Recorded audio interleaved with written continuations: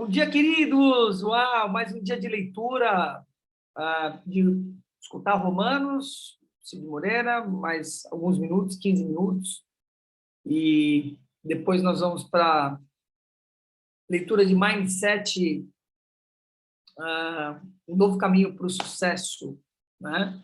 Que nós estamos lendo. Então, sejam todos bem-vindos. Bom dia, Jussara, bom dia, Luzia Solange, bom dia, Joyce, bom dia a todos. Vamos escutar, então, aqui nosso querido Cid Moreira. Você não está ao vivo, você não pode escutar com a gente, tem que interromper ali a gravação, tá? Senão os caras nos cancelam. Mas a gente volta com os comentários, tá bom? Até já já. Uau, queridos, nós escutamos capítulo 7 e 8, e falando a respeito dessa comunhão, né? De que um não vive sem o outro, percebe? Você tem o corpo, tem o pecado e as impurezas, né? E ter consciência desse lugar que é o importante, né? Das experiências que são experiências impuras, né? Nesse mundo que nós estamos vivendo de impurezas mesmo, bactéria, vírus, poeira. Você vai ter isso nos sentimentos e pensamentos. Perceber essa comunhão e não viver nem para um nem para outro, essa junção, viver essa experiência. Muito bom! Bom dia, bom dia, bom dia, bom dia, bom dia a todos, nessa manhã geladinha, fria. Bora ler mais 40 páginas, dona Lúcia Solange? Let's go! Bom dia. Bora lá.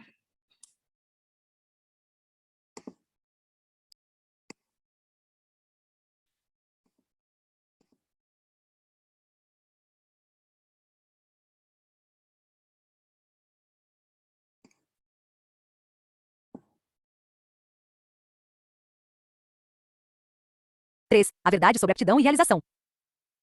Tente imaginar Thomas Edison da maneira mais vívida possível. Pense no lugar em que ele está e no que está fazendo. Estará sozinho? Fiz essas perguntas a várias pessoas, e elas sempre diziam coisas assim. Está em sua oficina rodeado por vários aparelhos. Trabalha no fonógrafo fazendo experiências. Conseguiu. Está sozinho? Sim, está fazendo tudo sozinho, porque só ele sabe o que está buscando. Está em Nova Jersey. Está numa sala parecida com um laboratório, vestindo um jaleco branco. Está curvado sobre uma lâmpada. De repente, a lâmpada funciona. Está sozinho? Sim. É um sujeito meio arredio, que gosta de fazer suas experiências sozinho. Na verdade, os registros mostram uma pessoa bastante diferente, que trabalhava de maneira diversa. Edison não era um homem solitário. Ponto 1 para a invenção da lâmpada. Empregou 30 assistentes, inclusive cientistas competentes. Muitas vezes trabalhando dia e noite num laboratório moderníssimo, financiado por uma empresa.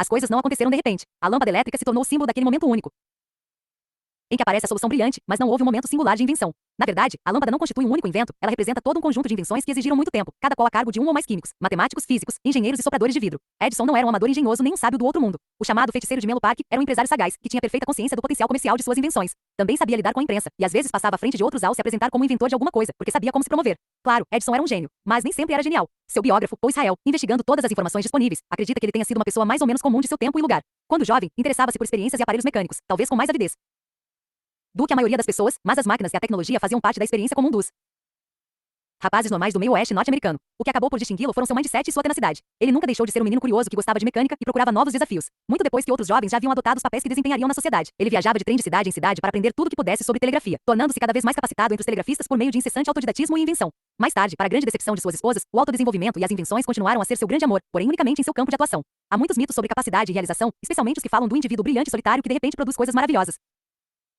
Mas a obra-prima de Darwin, A Origem das Espécies, exigiu anos de trabalho de equipe em campo, centenas de debates com colegas e mentores, diversos rascunhos preliminares e metade de uma vida de dedicação, até que tudo pudesse dar frutos. 2 Mozart trabalhou por mais de 10 anos, até produzir qualquer uma das obras que hoje admiramos. 3 Antes disso, suas composições pouco tinham de original ou interessante. Na verdade, nada mais eram do que colagens de pedaços tirados de outros compositores. Este capítulo trata dos verdadeiros ingredientes da realização. Trata dos motivos pelos quais algumas pessoas conseguem realizar menos do que se esperava delas e outras conseguem mais. Vocês veem como é. Seja bem-vinda, Rosângela.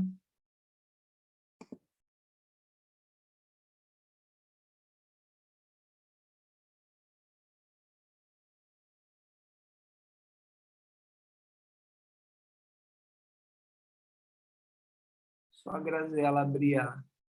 Oi, Grazi. Tá sem microfone, amado. Agora sim. Bom dia, Grazi. Seja bem-vinda, Graziela, querida. Tudo bem, amado? Que bom você estar aqui. Então, nós estamos começando a leitura, já escutamos um pouquinho de Romanos e estamos no 3º capítulo, tá, do livro. E eu fiz uma pausa, uma pequena pausa aqui, porque nós falamos agora na palavra, lemos Provérbios e Salmos no sentido da infertilidade, de entender a questão da infertilidade, né? E compreender que a infertilidade, compreendemos lá na palavra, que a infertilidade é esse lugar onde você não entende o separar para unir. Isso foi muito significativo a gente ter entrado em contato com isso. Separar para unir. Você entender que você é parte, precisa da contraparte, tudo é dois. Bom dia, Rosângela. Tudo é dois. Né? Nada se faz sozinho, né, cara? Uma terra, para ser fertilizada, ela precisa estar molinha, para penetrar água nela. Ela precisa ser fertilizada com a semente precisa da terra e assim por diante. Então, olha o que ele está trazendo aqui com o mindset, né? Ele está falando sobre Edson, e que Edson tinha 30 assistentes, que ele não era um gênio, ele era uma pessoa sagaz e tenaz, que ele sabia unir, ele sabia testar as coisas, é isso que ele está falando aqui, né? Que a genialidade dele vem nesse lugar do quê? Dele se colocar molinho, de poder testar as coisas e poder descobrir a partir da união com outras pessoas, né? Foi assim que ele descobriu a questão. E entrar em contato com o que já existia, que era o telégrafo. É isso que ele está dizendo. Então, estou querendo chamar a atenção como tudo está conectado. Dia 17 é o caminho 17, que é o caminho da esperança. Essa é a 17ª frequência, o 17º caminho, que é o caminho da esperança, onde nasce num lugar que você não dava nada que iria nascer. O útero de Sara, como um arquétipo maior. Não se dava absolutamente, uau, dali não vai sair nada. Puf, ela fica grávida, nem ela acreditava naquilo. Tá bom? Vamos continuar aí. Bora lá, Luísa Solange.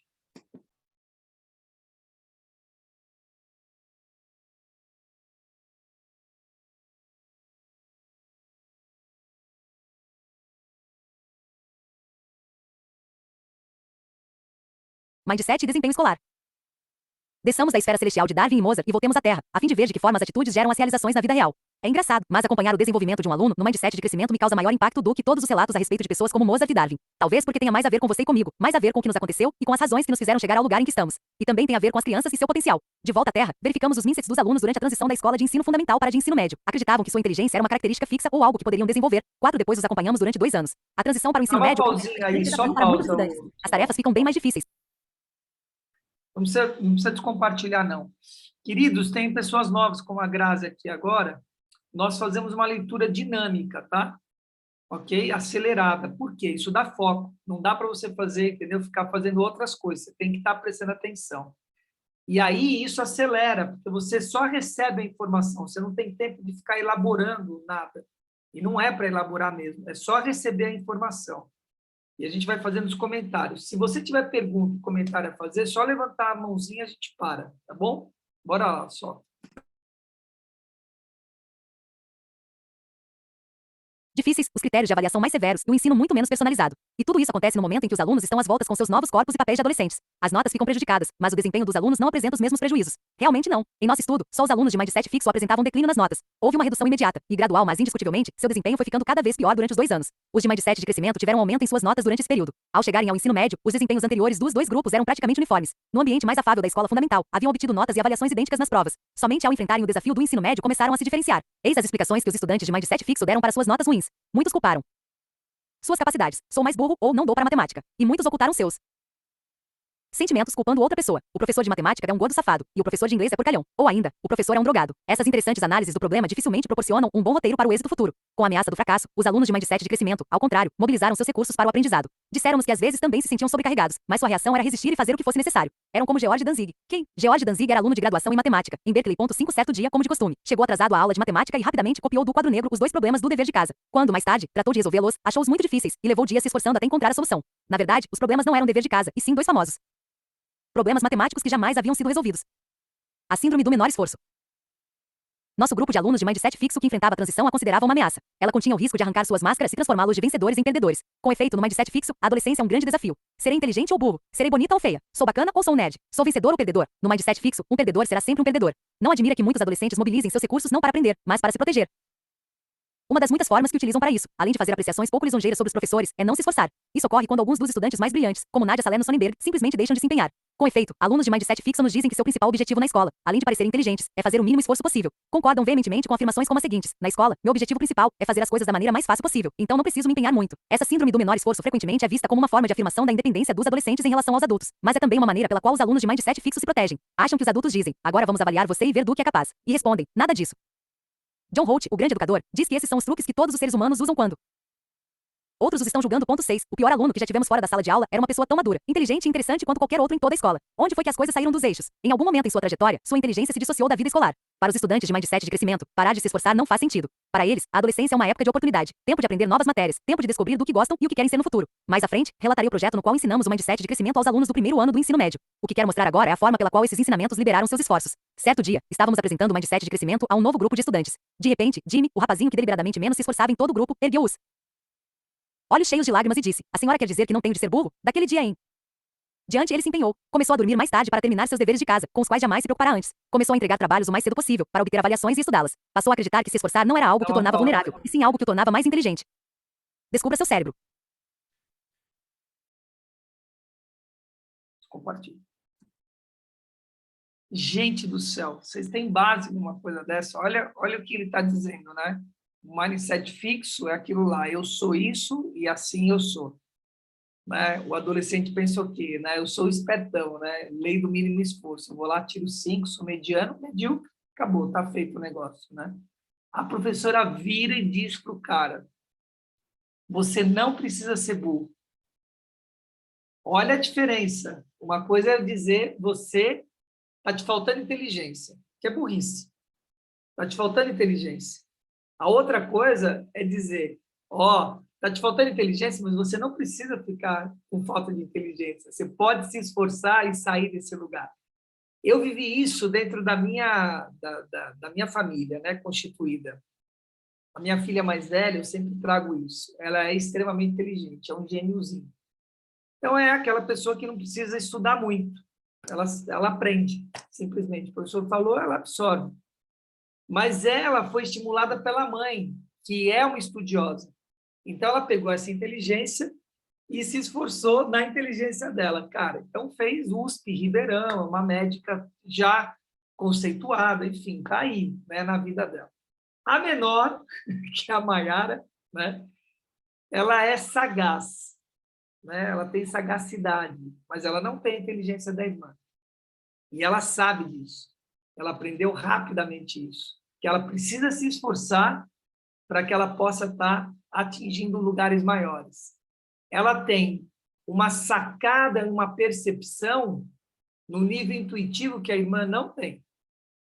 A irmã precisa se conectar com coisas para poder transformar aquilo que ela tem como inteligência. As duas se complementam muito, né? E sabem disso. Né? A gente deixou isso bem claro para elas sabem disso e se complementam.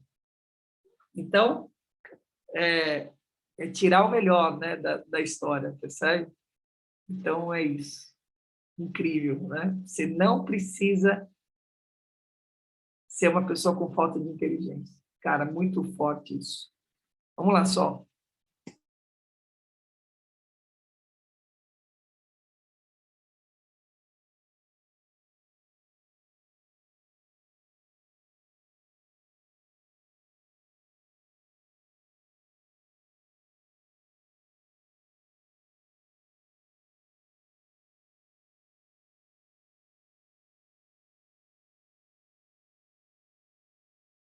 Se essa leitura estiver desconfortável, viu, a velocidade dela, é só uma questão de costume. Ela é mesmo, no princípio, desconfortável. Sim, parece que você não está entendendo parte, etc. Continue. Aí foi. É só que sim. Isso. É só continuar, tá? Que você vai acostumar. Vamos lá, só.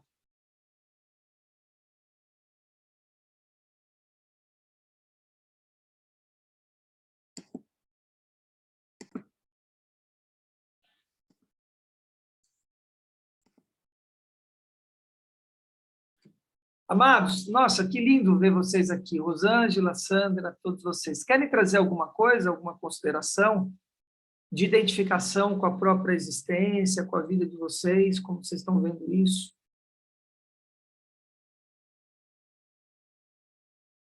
Enquanto a gente ajeita. Alguma pergunta? Mind, pensamento. 7, setar. Né? Você setar o seu pensamento de uma forma moderna, né? Não desse lugar. E é muito legal quando ele traz Edson, porque olha o que ele está fazendo. Eu vou trazer uma sacada para vocês aqui que vai mudar aí mesmo a história. Tá? Peguem o que eu vou dizer para vocês. O que acontece como sistema na humanidade é que tem pessoas que lideram um período, trazem coisas novas, inovação, que elas estão no mundo que a gente chama mundo das causas, elas estão causando os efeitos que tem no mundo. Antigamente, isso era um ou outro ser. Tinha uma invenção que levava 200 anos para a humanidade absorver. Isso, a partir de 1950, pós-guerra, isso acelerou muito. Hoje, nós temos pessoas às pencas que fazem isso. Nós temos uma grande transformação a nível mundial por dia, que impacta o mundo, em que a gente não tem noção, mas que está aí tudo conectado nessa rede, dessa história. O fato que eu estou querendo trazer para vocês é o seguinte, que o que essas pessoas, esse conjunto de pessoas estão fazendo,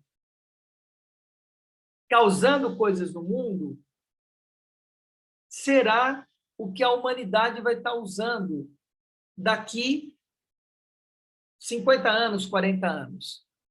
Ou seja, o que Edison fazia lá no começo do século, etc., o modo operante dele é isso que esse autor está trazendo. Olha, não é só Edison, todos nós temos que estar assim hoje.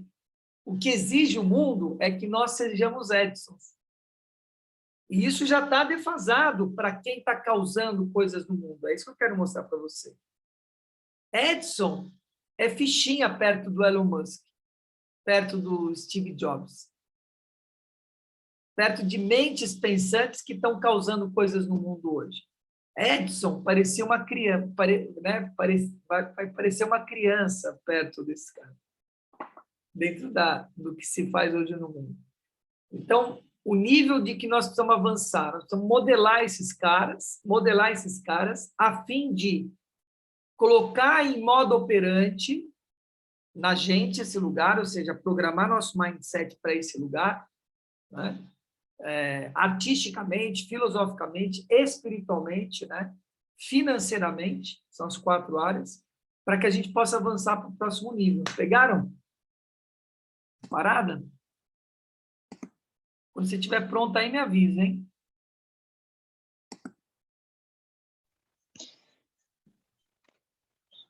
Oi, Graça. Posso contribuir com algo? Você... Fala, eu procurei ficar quietinha. Eu falei, poxa, já estou chegando, já falando. Né? Não, que isso, para. Assume seu poder aqui, filho. Tá tudo certo. Então tá bom. Somos um só aqui. Perfeito. Não, o que você falou, né, sobre as suas 2 filhas, e aí me fez refletir aqui com relação aos meus irmãos e ao meu pai. Eu entendo que nós temos, claro, isso é óbvio, né? Nós temos vários tipos de inteligência, né? Vários tipos de inteligência. E por um período, não sei por que razão, aquela inteligência da nota boa, né? Vou pegar em uma das suas meninas, né? Uma é médica, né? Então, essa inteligência, por um período, não sei por que razão, ela chamou mais atenção. Mas nós temos, por exemplo, a inteligência emocional, né? Que talvez a outra tenha essa inteligência mais... Intuitiva. Essa inteligência mais intuitiva. Eu vou dar o exemplo do meu pai. Meu pai era extremamente inteligente no sentido de leitura, conhecimento, estudava muito, inclusive, eu nem falo inteligência, eu falo conhecimento, né?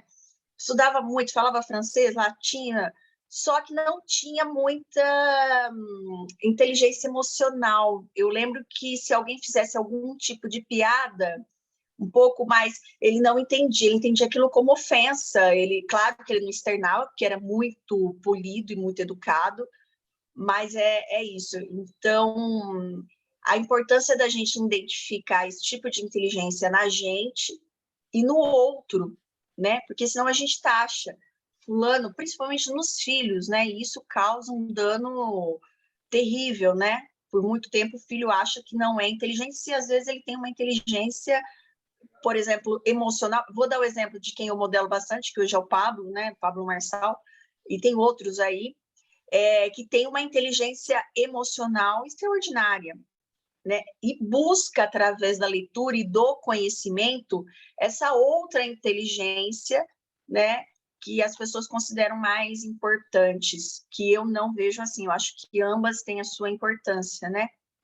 Se completam, Então, é isso né? que eu queria, se completam. Então, era isso só que eu queria ponderar, viu? E obrigada aí a todas, e obrigada, Marcelo, pelo convite. Que trabalho extraordinário, meu irmão. Coisa linda, viu?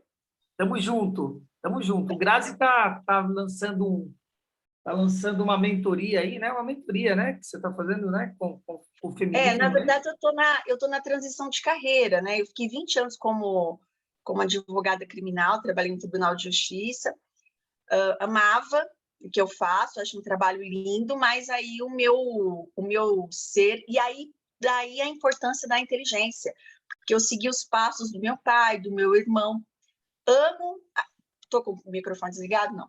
Não. Amava o que fazia, né? Mas o que eu vejo que a minha inteligência sempre foi para decoração, né? Sempre foi para arte, que a decoração nada mais é, o design de interiores, a arquitetura nada mais é do que uma arte. E eu tive a oportunidade de me redescobrir, né, há uns 4 anos, que aí mudei de São Paulo para o interior, e hoje eu sou design de interiores. E nesse mundo digital, a gente tem que ter um infoproduto, porque também eu sou executora, viu, Marcelo, Luiz Marcelo? Eu sou executora. Então, eu estou fazendo um produto digital que é transformando sua casa num lar. É isso. Tem um projeto lindo conectado com outras mulheres Nossa, que incríveis, legal, lindas desculpa, também. desculpa, E aí Luiz, tá. mas achei, Hã? não, esse projeto que ela falou de transformar a casa num lar, achei muito legal. Ah, Deve mexer muito com Feng Shui e outras coisas, né?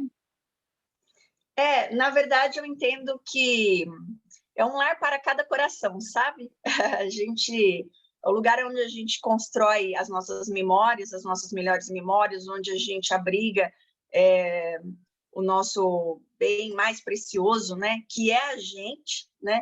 E os nossos amigos, nossa família. Então, a importância do lar e tirar essa impressão que decoração é algo só para quem está com dinheiro, para quem não é, né? Você descobrir os espaços da sua casa, melhor utilizá-los, você vai ganhar tempo, dinheiro, enfim, você vai usufruir. Afinal de contas, né? Deus decorou a nossa casa aqui no mundo, né? De uma forma tão, tão bonita, então a gente entende que a gente tem que fazer o mesmo, tendo em vista que a gente é mais semelhança dele, né? então, eu tenho falado isso, né, na Aliança Ativa, né, do primeiro e segundo templo.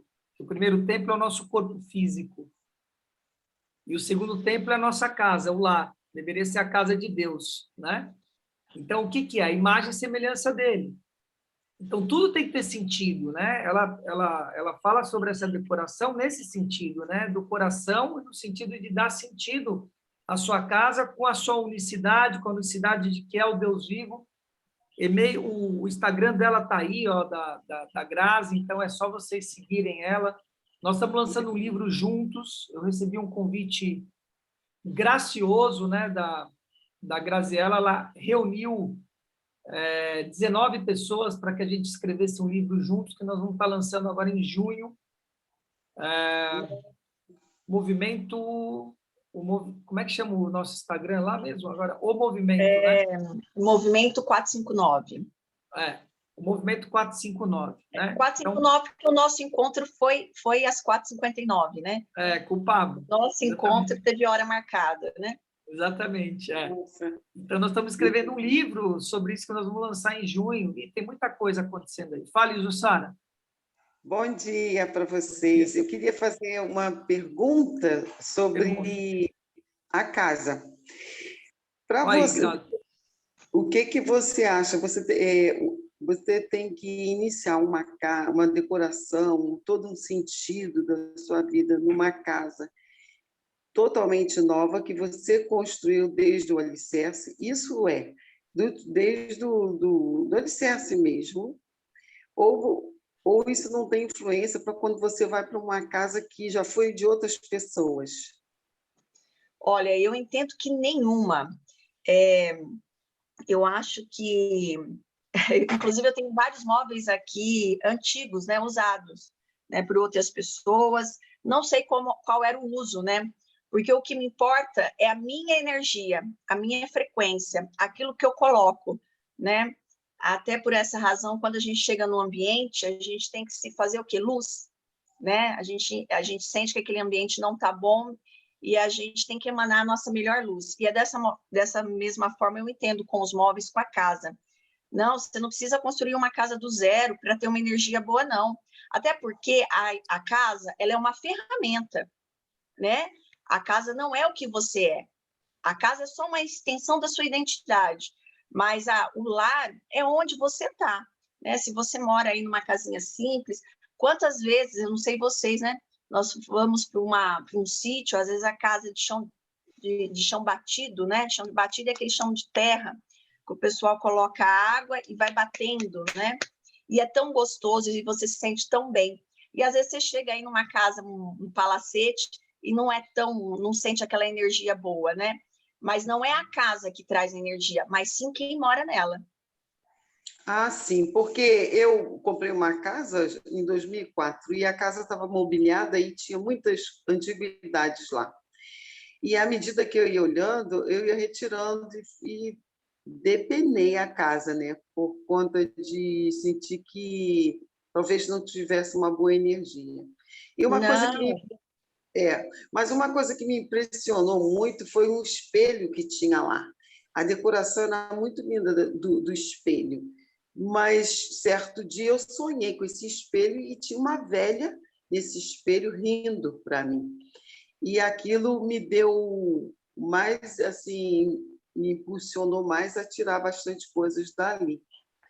E eu descobri que depois eu podia fazer dinheiro daquilo, porque eu dei muitas coisas com muito valor que eu não dei valor, e eu não sabia o valor, entendeu?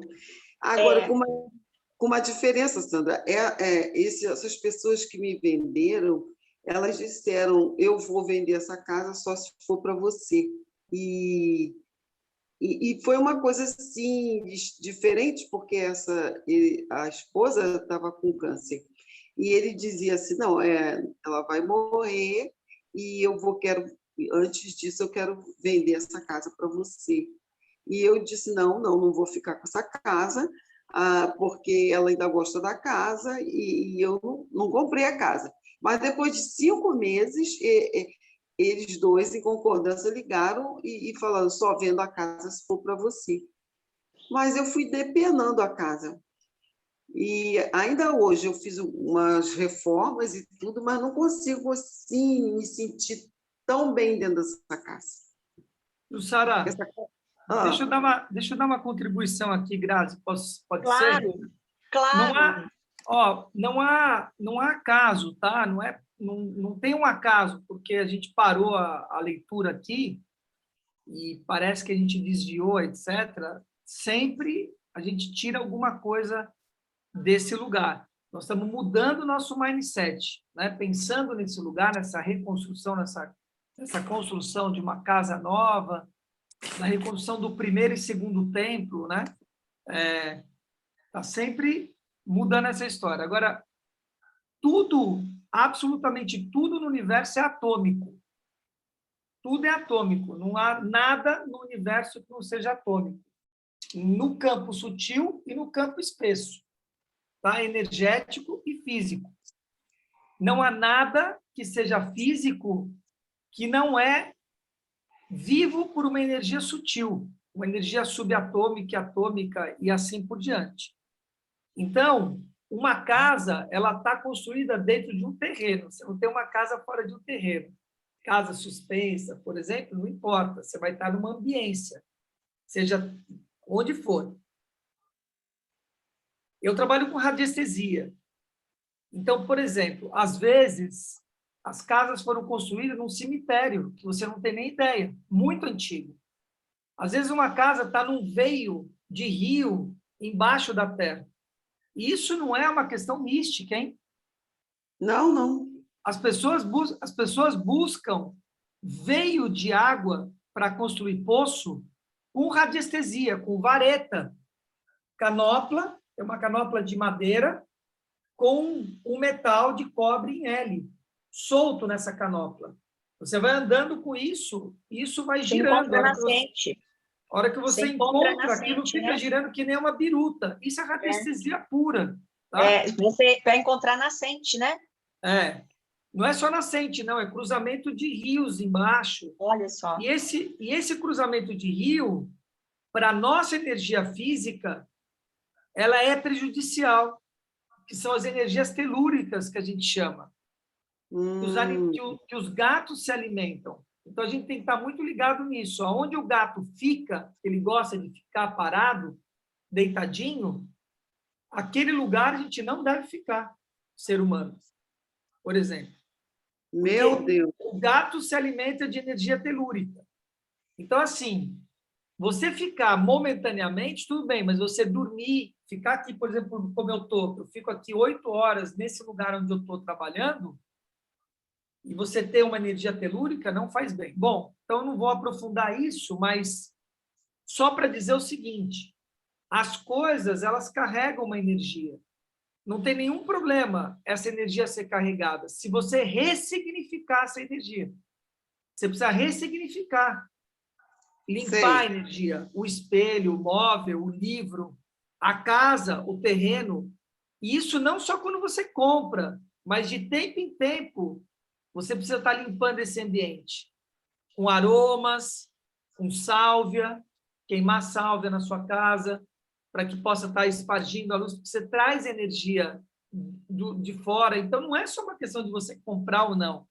O ambiente que você está construindo precisa ser o tempo todo como você limpa o seu corpo, como você limpa as suas roupas, como você limpa a poeira da casa, você precisa limpar energeticamente o seu corpo almático e a sua casa física. Tem que estar limpando o tempo todo, independentemente se você construiu ela nova, se você comprou ela velha, ou o que quer que seja.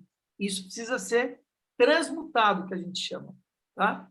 Ô, Luiz Marcelo, olha só que interessante, eu não sabia disso. Meu pai era espírita, eu não sei, né? Desculpa, eu vou alongar um pouquinho, mas é rápido.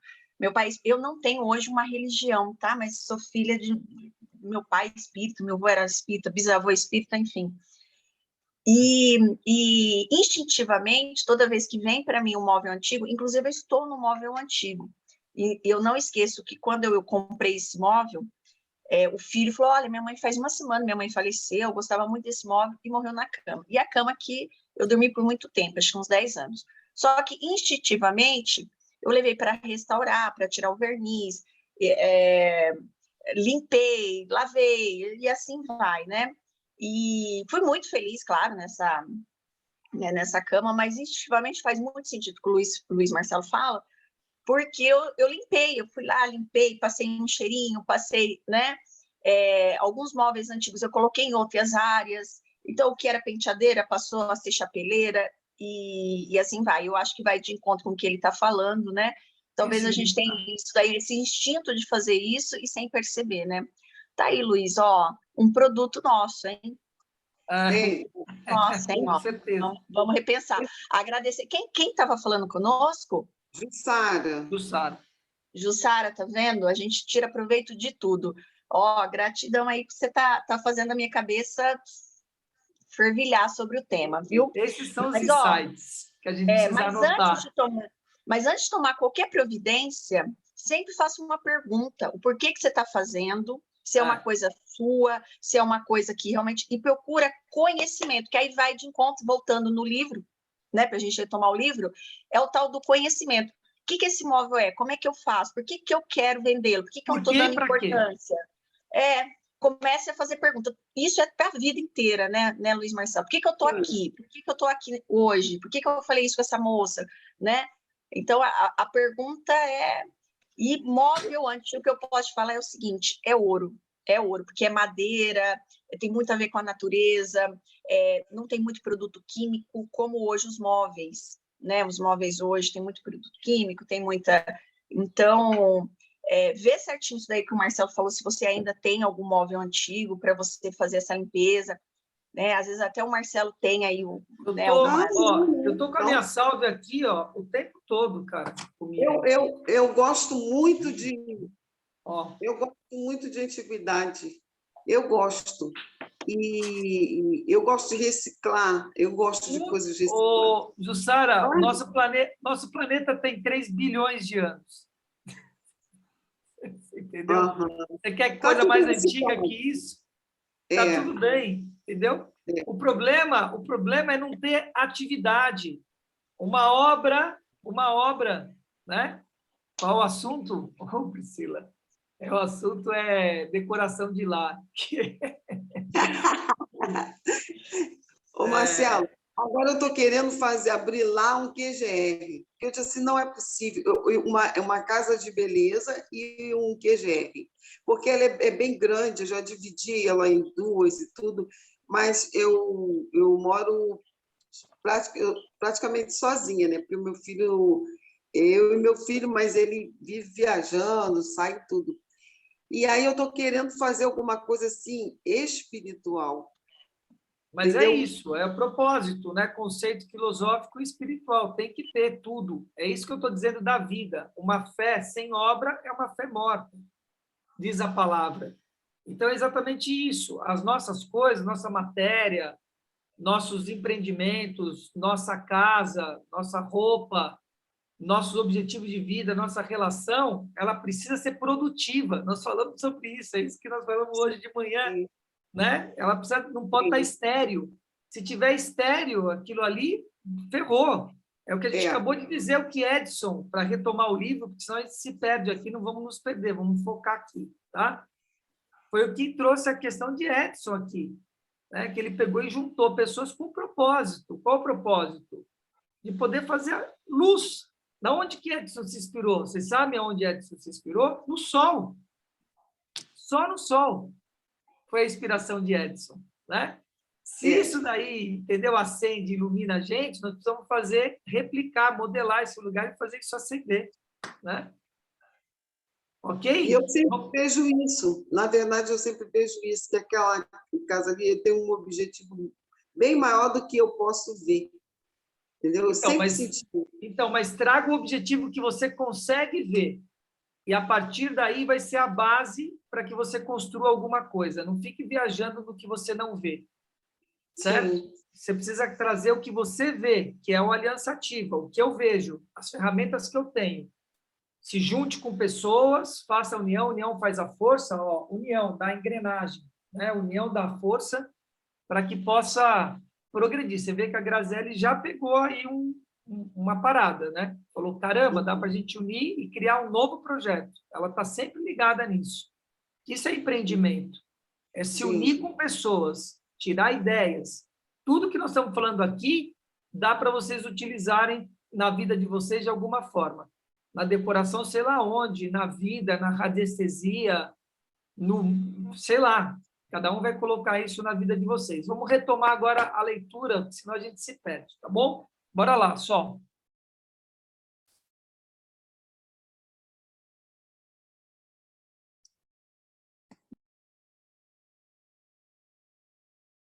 Casa e sim 2 famosos problemas matemáticos que jamais haviam sido resolvidos. A síndrome do menor esforço. Nosso grupo de alunos de mindset fixo que enfrentava a transição a considerava uma ameaça. Ela continha o risco de arrancar suas máscaras e transformá-los de vencedores em perdedores. Com efeito, no mindset fixo, a adolescência é um grande desafio. Serei inteligente ou burro? Serei bonita ou feia? Sou bacana ou sou um nerd? Sou vencedor ou perdedor? No mindset fixo, um perdedor será sempre um perdedor. Não admira que muitos adolescentes mobilizem seus recursos não para aprender, mas para se proteger. Uma das muitas formas que utilizam para isso, além de fazer apreciações pouco lisonjeiras sobre os professores, é não se esforçar. Isso ocorre quando alguns dos estudantes mais brilhantes, como Nadia Salerno Sonnenberg, simplesmente deixam de se empenhar. Com efeito, alunos de mindset fixo nos dizem que seu principal objetivo na escola, além de parecerem inteligentes, é fazer o mínimo esforço possível. Concordam veementemente com afirmações como as seguintes: na escola, meu objetivo principal é fazer as coisas da maneira mais fácil possível, então não preciso me empenhar muito. Essa síndrome do menor esforço frequentemente é vista como uma forma de afirmação da independência dos adolescentes em relação aos adultos, mas é também uma maneira pela qual os alunos de mindset fixo se protegem. Acham que os adultos dizem: agora vamos avaliar você e ver do que é capaz. E respondem: nada disso.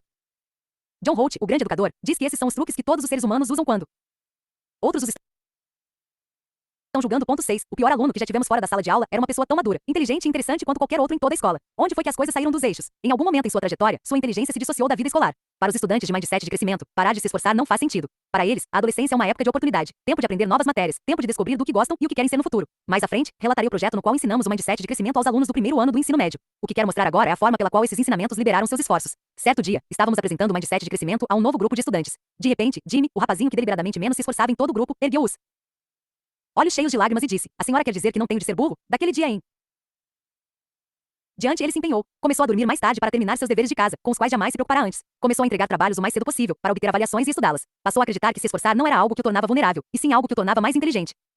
Descubra seu cérebro. Um amigo íntimo recentemente me entregou algo que escreveu, uma história em versos que me fez recordar Jimmy e a libertação de seu esforço. A senhora Beer, que tinha sido professora de meu amigo no segundo ano, pediu que cada aluno recortasse um cavalo de papel. Depois alinhou todos os cavalos acima do quadro negro e transmitiu sua mensagem do mindset de crescimento. Seu cavalo é tão rápido quanto seu cérebro. Toda vez que aprenderem alguma coisa, seu cavalo se moverá para frente. Meu amigo não conhecia bem essa coisa de cérebro. Seu pai sempre lhe dizia: você tem muita língua e pouco cérebro, e isso não é bom. Além disso, seu cavalo parecia preso à linha de partida, enquanto os cavalos dos outros participavam da corrida do aprendizado, especialmente o de Yankee e Billy, os gênios da classe, cujos cavalos saltavam na frente de todos os demais. Mas meu amigo continuou se esforçando. Para melhorar suas aptidões, tratava de ler histórias em quadrinhos com a ajuda da mãe e somava os pontos quando jogava cartas com a avó. E em breve meu ágil potro saltou para frente como um furacão, e ninguém foi capaz de detê-lo. Durante semanas e meses, ele se lançou adiante, superando os demais, um por um. Na reta de chegada do fim da primavera, os cavalos de Yankee e Billy estavam na frente, mas, depois de alguns exercícios de subtração, quando a última sineta da escola soou, meu cavalo venceu por um focinho. Descobri então que eu tinha um cérebro. Meu cavalo era a prova. Paul Wortman. É claro que o aprendizado não deve ser uma corrida, mas aquele páreo ajudou meu amigo a descobrir seu cérebro e a conectá-lo à sua instrução escolar. A transição para o curso superior 7.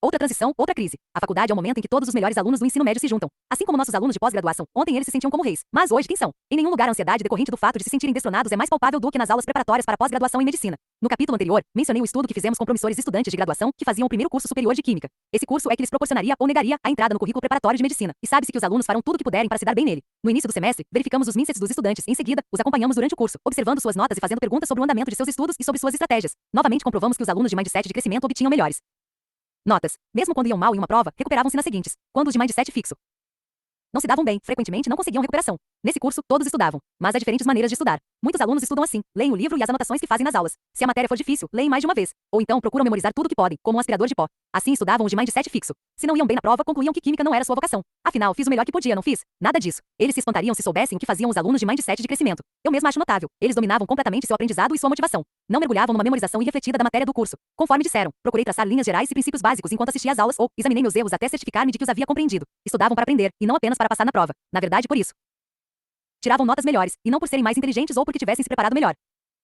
Anteriormente, em vez de perder a motivação quando a aula ficava muito chata ou difícil, diziam: conservei meu interesse pela matéria, mantive uma atitude positiva quanto ao estudo da química, continuei motivado para o estudo, mesmo quando achavam que o livro era chato ou que o professor era enfadonho, não permitiam que a motivação se dissipasse. Pelo contrário, mantê-la, nesse caso, se tornava ainda mais importante. Recebi um e-mail de uma de minhas alunas de graduação pouco depois de lhe haver ensinado o mindset de crescimento. Eis a forma pela qual ela estudava anteriormente. Quando enfrentava um tema realmente difícil, eu procurava ler o texto repetidas vezes. Depois de aprender o mindset de crescimento, ela começou a utilizar estratégias melhores que davam certo.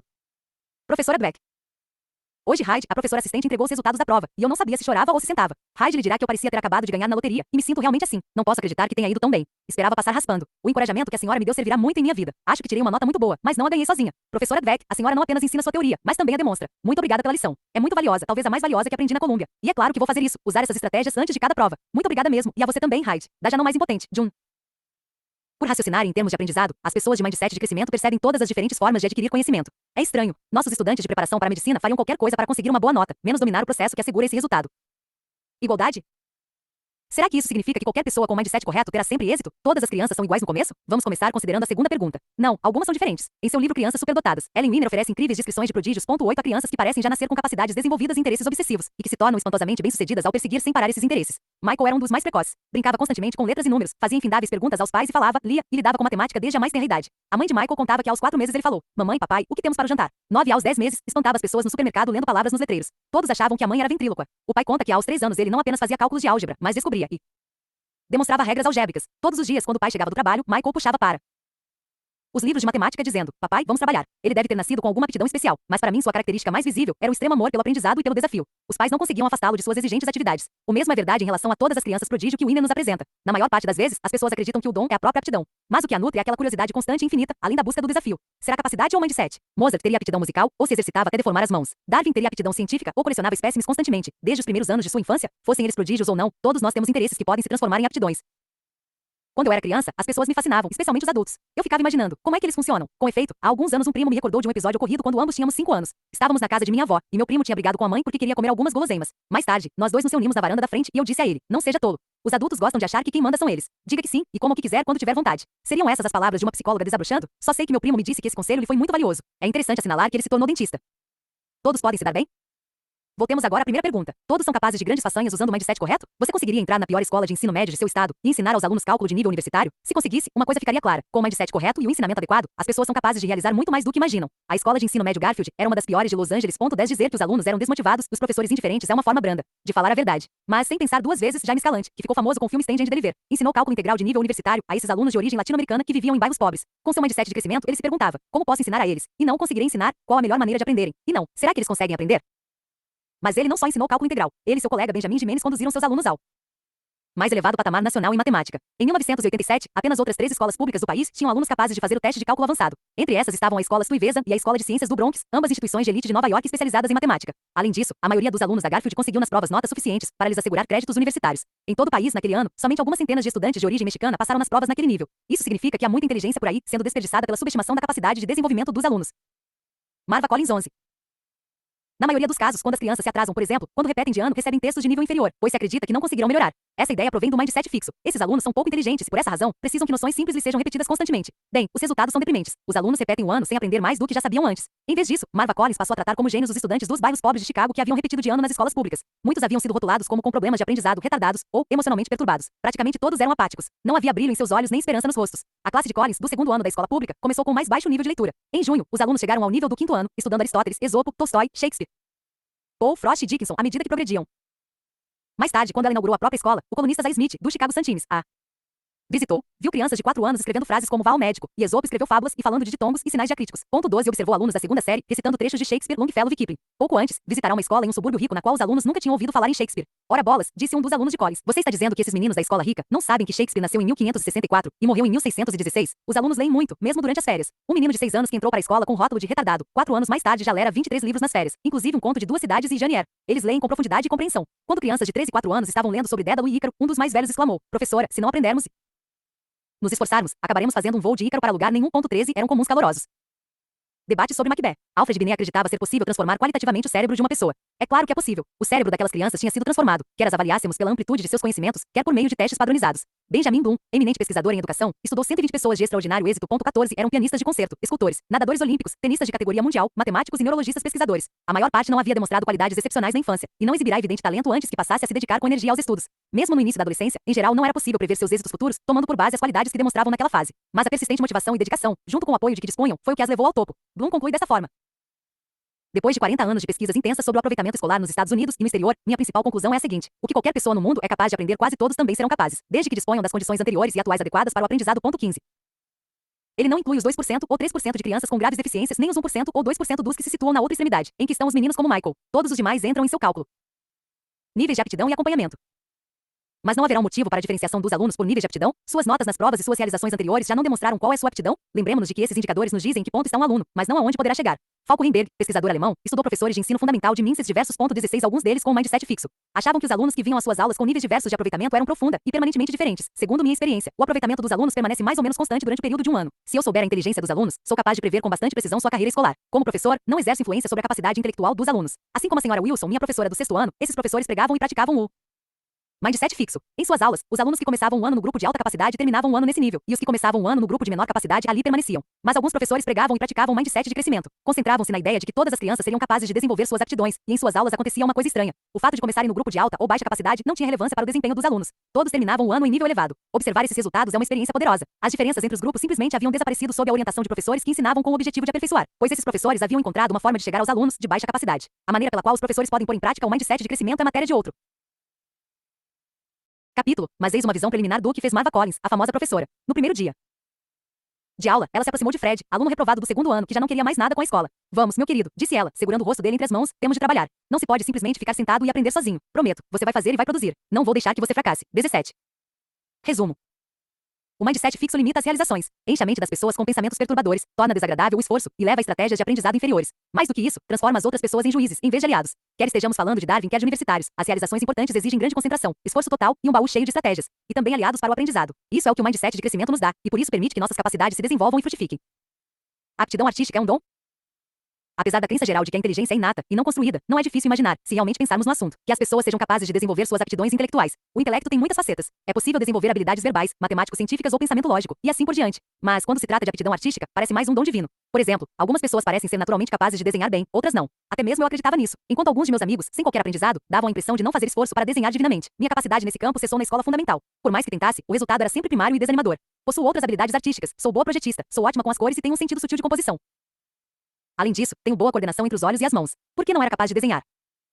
Certamente porque me faltava o domingo. Devo confessar que isso não me preocupava muito. Afinal de contas, quando você precisa desenhar? Descobri isso certa noite, no jantar oferecido por um homem fascinante. Era um senhor idoso, um psiquiatra que escapara do Holocausto. Aos 10 anos de idade, na Checoslováquia, voltou certo dia da escola com o irmão e viu que os pais haviam desaparecido. Tinham sido levados. Sabendo que um tio morava na Inglaterra, os dois meninos foram a pé até Londres e o encontraram. Poucos anos depois, mentindo a respeito da idade, meu anfitrião se alistou na Força Aérea Britânica durante a guerra. Foi ferido e casou-se com a enfermeira, entrou para a escola de medicina e desenvolveu uma próspera carreira nos Estados Unidos. Ao longo dos anos, ele se interessou muito por corujas. Achava que essas aves possuíam características que ele admirava e gostava de pensar em si próprio como semelhante a elas. Além das muitas estatuetas de corujas em sua casa, tinha também um livro no qual pedia a seus convidados que deixassem o desenho de uma coruja e escrevessem alguma coisa para ele. Ao estender-me o livro e explicar sua importância, senti-me honrada e horrorizada. Principalmente horrorizada. Ainda mais pelo fato de que minha criação não ficaria enterrada em algum lugar no meio do livro, mas adornaria a última página. Não descreverei a intensidade de meu desconforto ou a má qualidade de minha obra de arte, mas ambas as coisas eram dolorosamente evidentes. Conta essa história como prelúdio do espanto e da alegria que senti ao ler desenhando com o lado direito do cérebro. Em páginas opostas, de frente uma para outra, estavam antes ou depois de autorretratos das pessoas que fizeram um rápido curso de desenho com a autora. Beth Edwards. 18. Elas haviam feito autorretratos ao iniciar o curso e 5 dias depois, ao terminá-lo.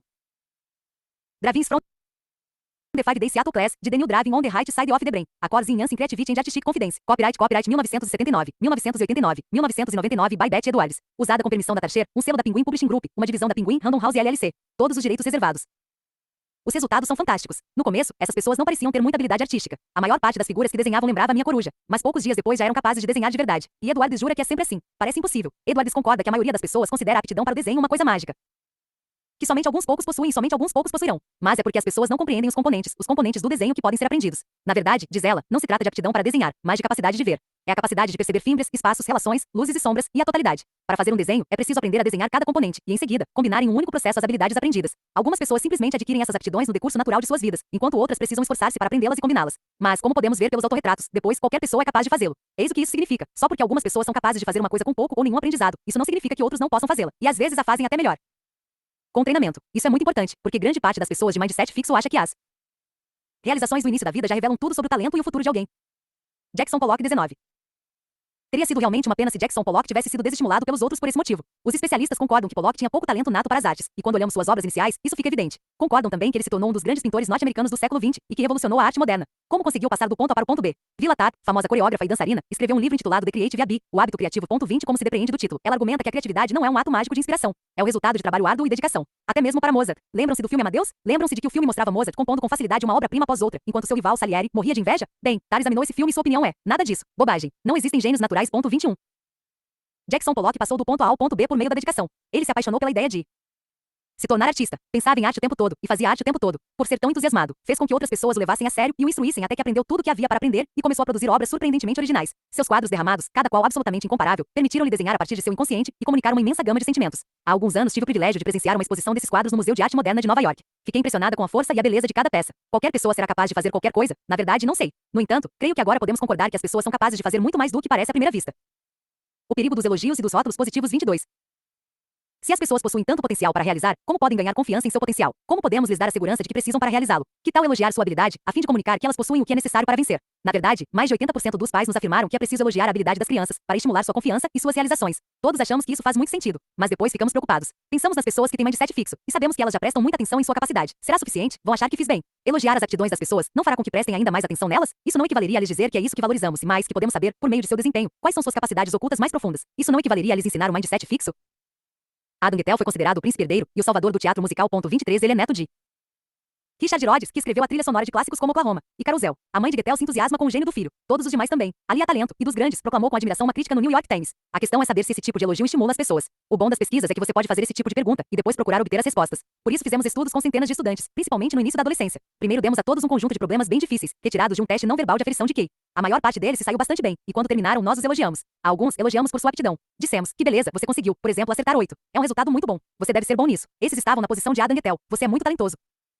Elogiamos outros por seu esforço. Que beleza, você conseguiu, por exemplo, acertar 8. É um resultado muito bom. Você deve ter se esforçado bastante. Não os fizemos imaginar que possuíam algum dom especial. Foram elogiados por fazerem o que era preciso para ter êxito. Ambos os grupos eram exatamente iguais no início. Mas logo depois os elogios começaram a se diferenciar. Como temíamos, os elogios da aptidão impeliram os alunos ao mindset fixo, e eles demonstraram todos os sinais disso, quando lhes oferecemos uma escolha. Rejeitaram uma nova tarefa desafiadora com a qual poderiam aprender. Não queriam fazer nada que revelasse suas deficiências e representasse um questionamento de seu talento. Quando Guettel tinha 13 anos, estava pronto para ser o protagonista de Amal e os Visitantes da Noite, para uma apresentação da Ópera Metropolitana e um filme para a TV. Mas desculpou-se, dizendo que tinha tido problemas com a voz. Creio que fingi que minha voz estava mudando. Eu não queria enfrentar a pressão.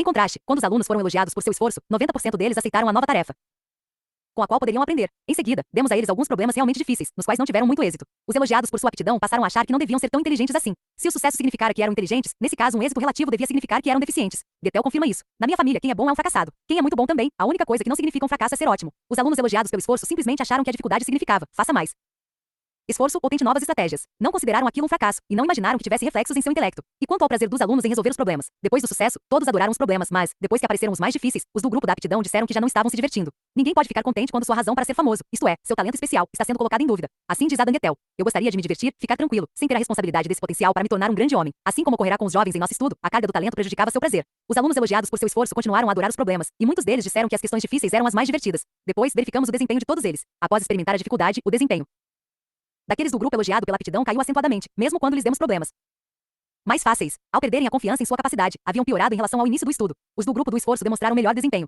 Tinham utilizado os problemas mais difíceis para aperfeiçoar suas aptidões. Ao retornarem aos fáceis, estavam muito adiante. Como esse estudo era uma espécie de teste de QI, é possível dizer que elogiar a capacidade reduziu o QI dos alunos, e elogiar o esforço elevou. Guettel não progredia. Estava tomado por tiques nervosos obsessivo-compulsivos. Roía as unhas até sangrar. Passe um minuto com ele, basta um, e verá que por trás dos tiques começa a aparecer um quadro de terror, disse o entrevistador. Guettel também enfrentava problemas graves e recorrentes com drogas. Em vez de dar-lhe força, seu dom o encheu de temor e dúvida. Em vez de realizar seu talento, esse compositor brilhante passou a vida fugindo dele.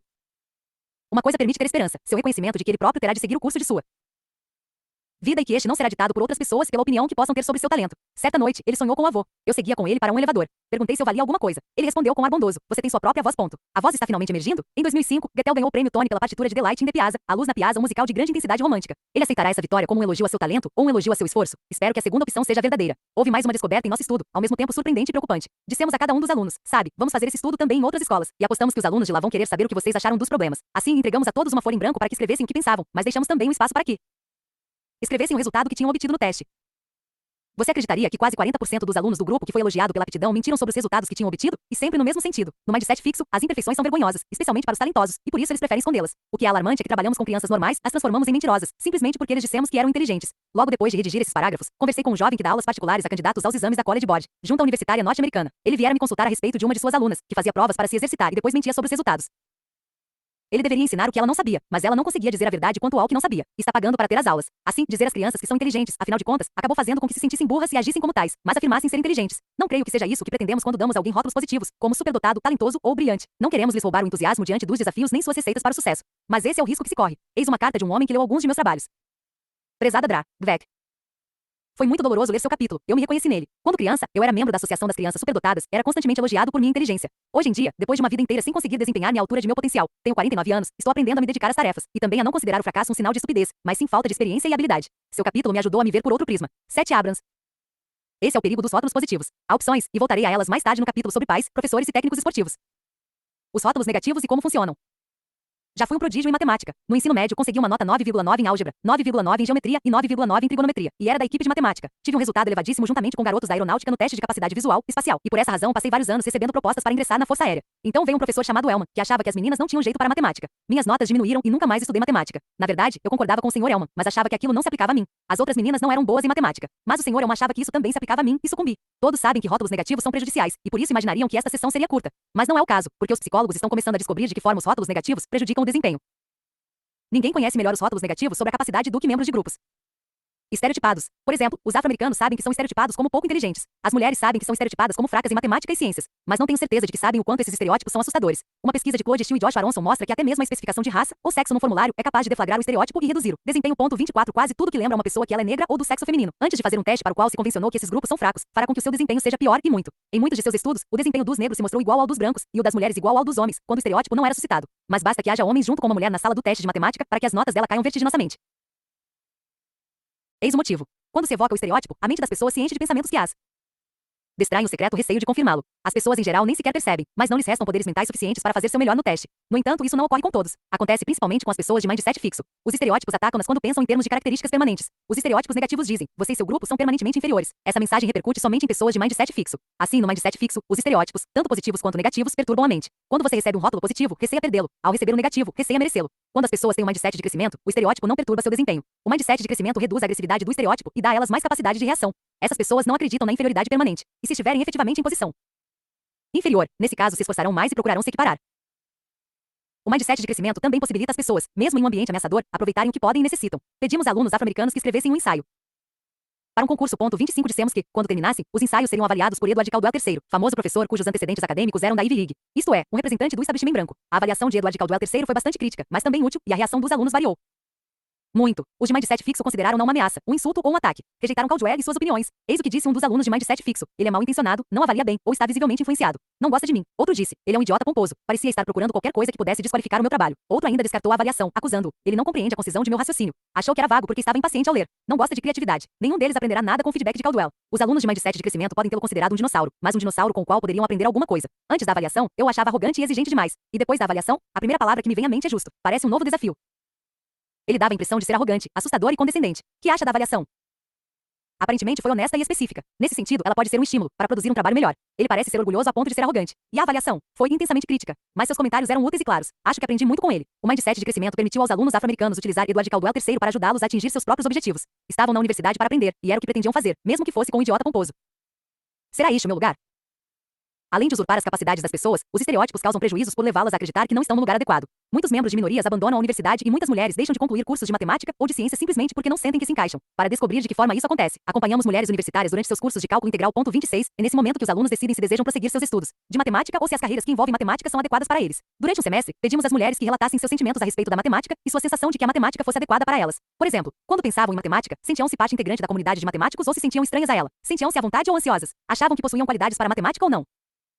As mulheres de mindset de crescimento, as que achavam que suas qualidades matemáticas podiam ser aperfeiçoadas, tinham uma sensação bastante forte de adequação, e eram capazes de conservar esse sentimento mesmo quando muitos estereótipos negativos se manifestavam. Uma delas falou assim: numa turma de matemática, foi dito às alunas que haviam errado, mesmo quando não era o caso. Na verdade, estavam fazendo as coisas de maneira inovadora. Isso era um absurdo, e o professor era culpado por não ver o raciocínio correto das alunas. O fato não teve maior importância porque estávamos trabalhando em grupos, foi possível nos apoiarmos. Debatíamos entre nós mesmas nossas ideias mais interessantes.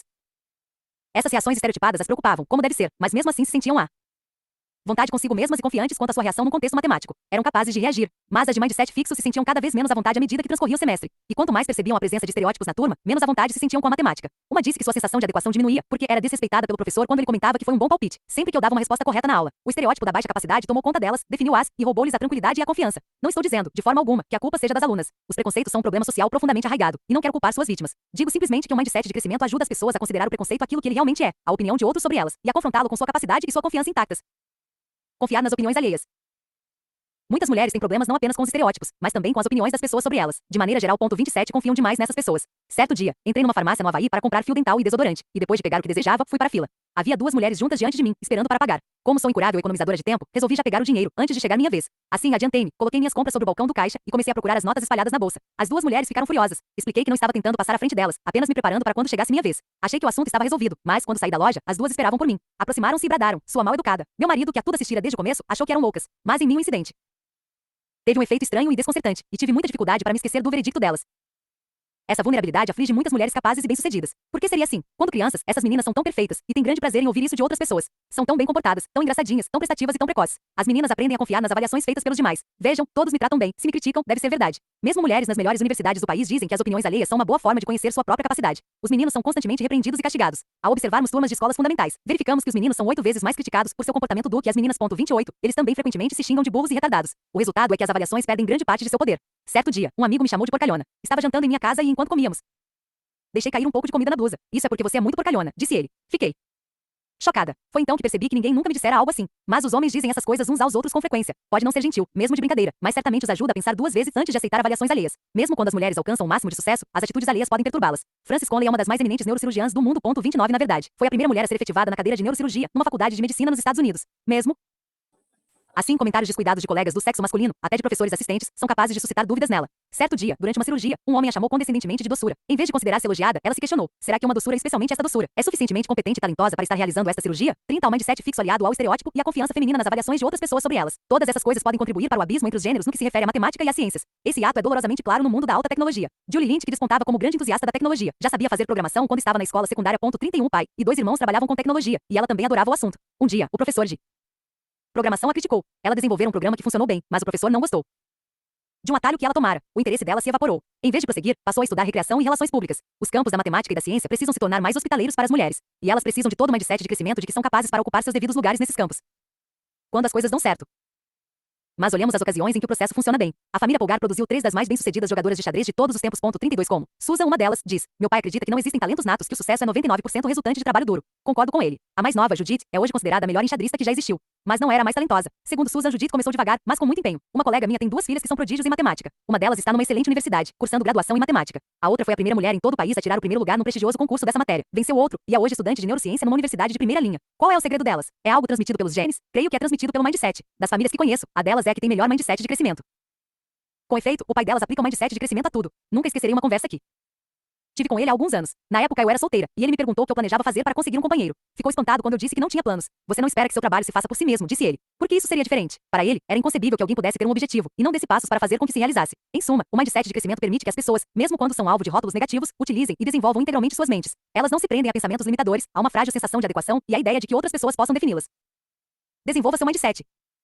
Pense em seu herói. Você acha que essa pessoa tem capacidades extraordinárias e que teve sucesso com pouco esforço? Agora procure a verdade. Compreenda o tremendo esforço necessário para suas realizações e passe a admirá-las ainda mais. Pense nas vezes em que outras pessoas fizeram mais do que você e você simplesmente acreditou que eram mais inteligentes ou mais talentosas. Agora pense na ideia de que elas apenas utilizaram melhores estratégias, aprenderam mais com esforço próprio, praticaram com mais afinco e conseguiram ultrapassar obstáculos. Você também pode fazer isso se quiser. Há situações em que você se sente burro, desligado de sua inteligência. Da próxima vez que se vir numa situação dessas, adote um mindset de crescimento, pense em aprender e aperfeiçoar-se, e não em julgamentos. E faça novamente a conexão com sua inteligência. Você dá rótulos a seus filhos. Este é o artista e este outro é o cientista. Da próxima vez, lembre-se de que não os está ajudando, ainda que os esteja elogiando. Lembre-se de nosso estudo, no qual os elogios à capacidade das crianças tiveram o efeito de reduzir suas notas de QI. Procure uma forma de elogiá-los utilizando o mindset de crescimento. Mais da metade de nossa sociedade pertence a algum grupo estereotipado de forma negativa. Primeiro, todas as mulheres e, em seguida, todos os demais grupos que não são considerados competentes em uma coisa ou outra. Deles a dádiva do mindset de crescimento. Crie um ambiente que ensine o mindset de crescimento aos adultos e às crianças que fazem parte de sua vida, especialmente os que são alvo de estereótipos negativos. Mesmo quando aparecer o rótulo negativo, eles continuarão donos de seu próprio aprendizado.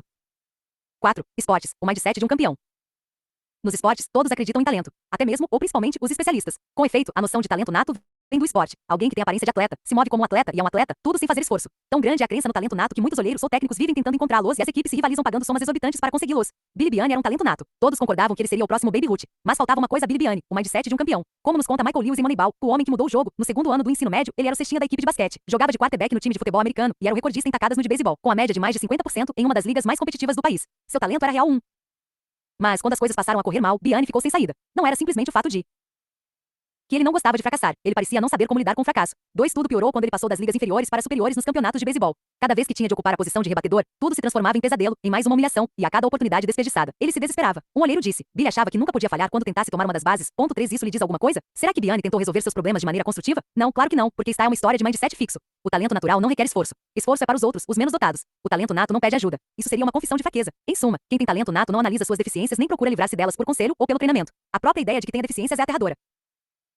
Assim tão aferrado ao mindset fixo, Biane ficou encurralado. Era prisioneiro de seu enorme talento. Como jogador, ele nunca se recuperou do mindset fixo, mas conseguiu fazê-lo como empresário de esportes imensamente bem-sucedido. Como isso aconteceu? Havia outro jogador, que viveu lado a lado com ele e o acompanhou nas ligas inferiores e nas superiores, Lenny Dykstra. Não tinha nenhuma fração dos dotes físicos e da capacidade natural de Biani, mas este o olhava com admiração. O próprio Biani mais tarde afirmou, ele não pensava em fracasso. E eu era o oposto. Ponto 4 e prosseguiu. Comecei a entender o que era um jogador de beisebol e vi que não era eu. Era Lenny. Ponto 5 observando, ouvindo e refletindo. Biani começou a perceber que o mindset era mais importante do que o talento. E não muito depois disso, ao fazer parte de um grupo que procurava introduzir uma maneira completamente nova de buscar jogadores e de gerenciar uma equipe. Ele compreendeu que marcar pontos nas corridas até a base, o objetivo essencial.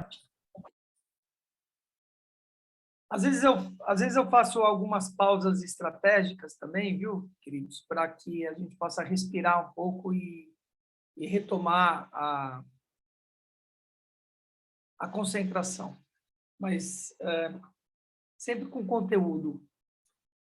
E aí eu quero trazer aqui, ele está insistindo nesse lugar do mindset fixo e o mindset flexível, né? Adaptável, com plasticidade, né? Com inteligência, né? E agora ele está entrando na questão do esporte. Eu quero trazer um relato aqui que eu acho que vai ser significativo. Quando eu estava no meu terceiro ano de dança, eu já tinha uma carreira tecnicamente construída e alguns já escutaram essa história. Eu tive um machucado no meu joelho grave. Um dia eu conto com mais detalhe isso, mas eu tive um acidente grave e que fez com que eu tivesse que ressignificar muita coisa. Estou buscando aqui como simplificar essa história para vocês. Esse acidente me levou a perceber, por uma série de situações, que o bailarino, né, e quem não sabe aqui, eu fui bailarino durante quase 30 anos da minha vida, né, que o bailarino ele é muito mais um atleta do que um artista. A carreira de um artista, ela se faz no treino, no ensaio e no espetáculo, na exposição da sua arte, né? Quanto treinamento, ele é 90% atleta e 10% artista. Isso, quando vai para o palco, ele passa a ser 50% atleta e 50% artista, né? O bailarino. E o próprio bailarino não tem noção disso que eu estou dizendo para vocês até hoje, tá? E eu aprendi, porque tive que recuperar meu joelho, entender por que eu tinha me machucado, como me fortalecer, e entendi que eu era um atleta. Bom, isso tem a ver com esse capítulo que nós estamos lendo, no sentido de que talento e esforço. E isso eu vou dizer para vocês, serve para tudo que eu vou trazer para vocês aqui, tudo. Eu tenho um professor, né, um amigo, hoje já foi um professor meu, num período de ressignificação da dança clássica, porque eu não tinha base clássica, eu aprendi na porrada, né? Comecei a dançar mais tarde e aprendi na porrada, então eu não tinha uma técnica afinada. Eu tive que dar um passo atrás, sair do Balé da Cidade de São Paulo, que eu tinha entrado pelo meu talento, mas não tinha técnica. E fui fazer aula com criança, de 7 anos de idade, aprender uma metodologia chamada Vaganova, que inclusive é de Kiev, né? De Leningrado, etc., de Kiev, lá da Ucrânia. Fui aprender essa técnica com crianças, etc., com ele, com muito esforço. Agora, esse cara, que é o Sacha, ele falava o seguinte...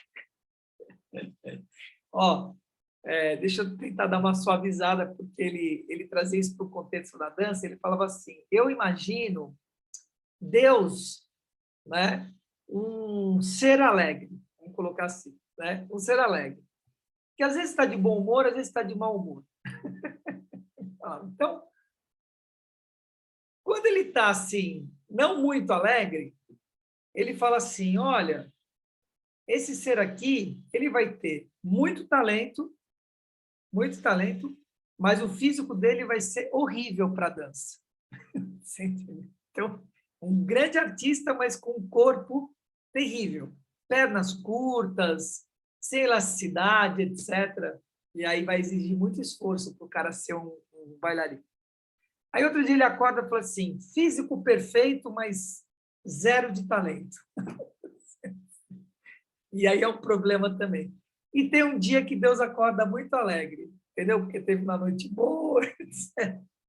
Era engraçado o Sacha falando isso. Falou assim, nesse dia ele nasce, ele faz um ser com corpo e talento junto, né? Aí nasce um gênio como Makarova, como Baryshnikov, como Nureyev, né?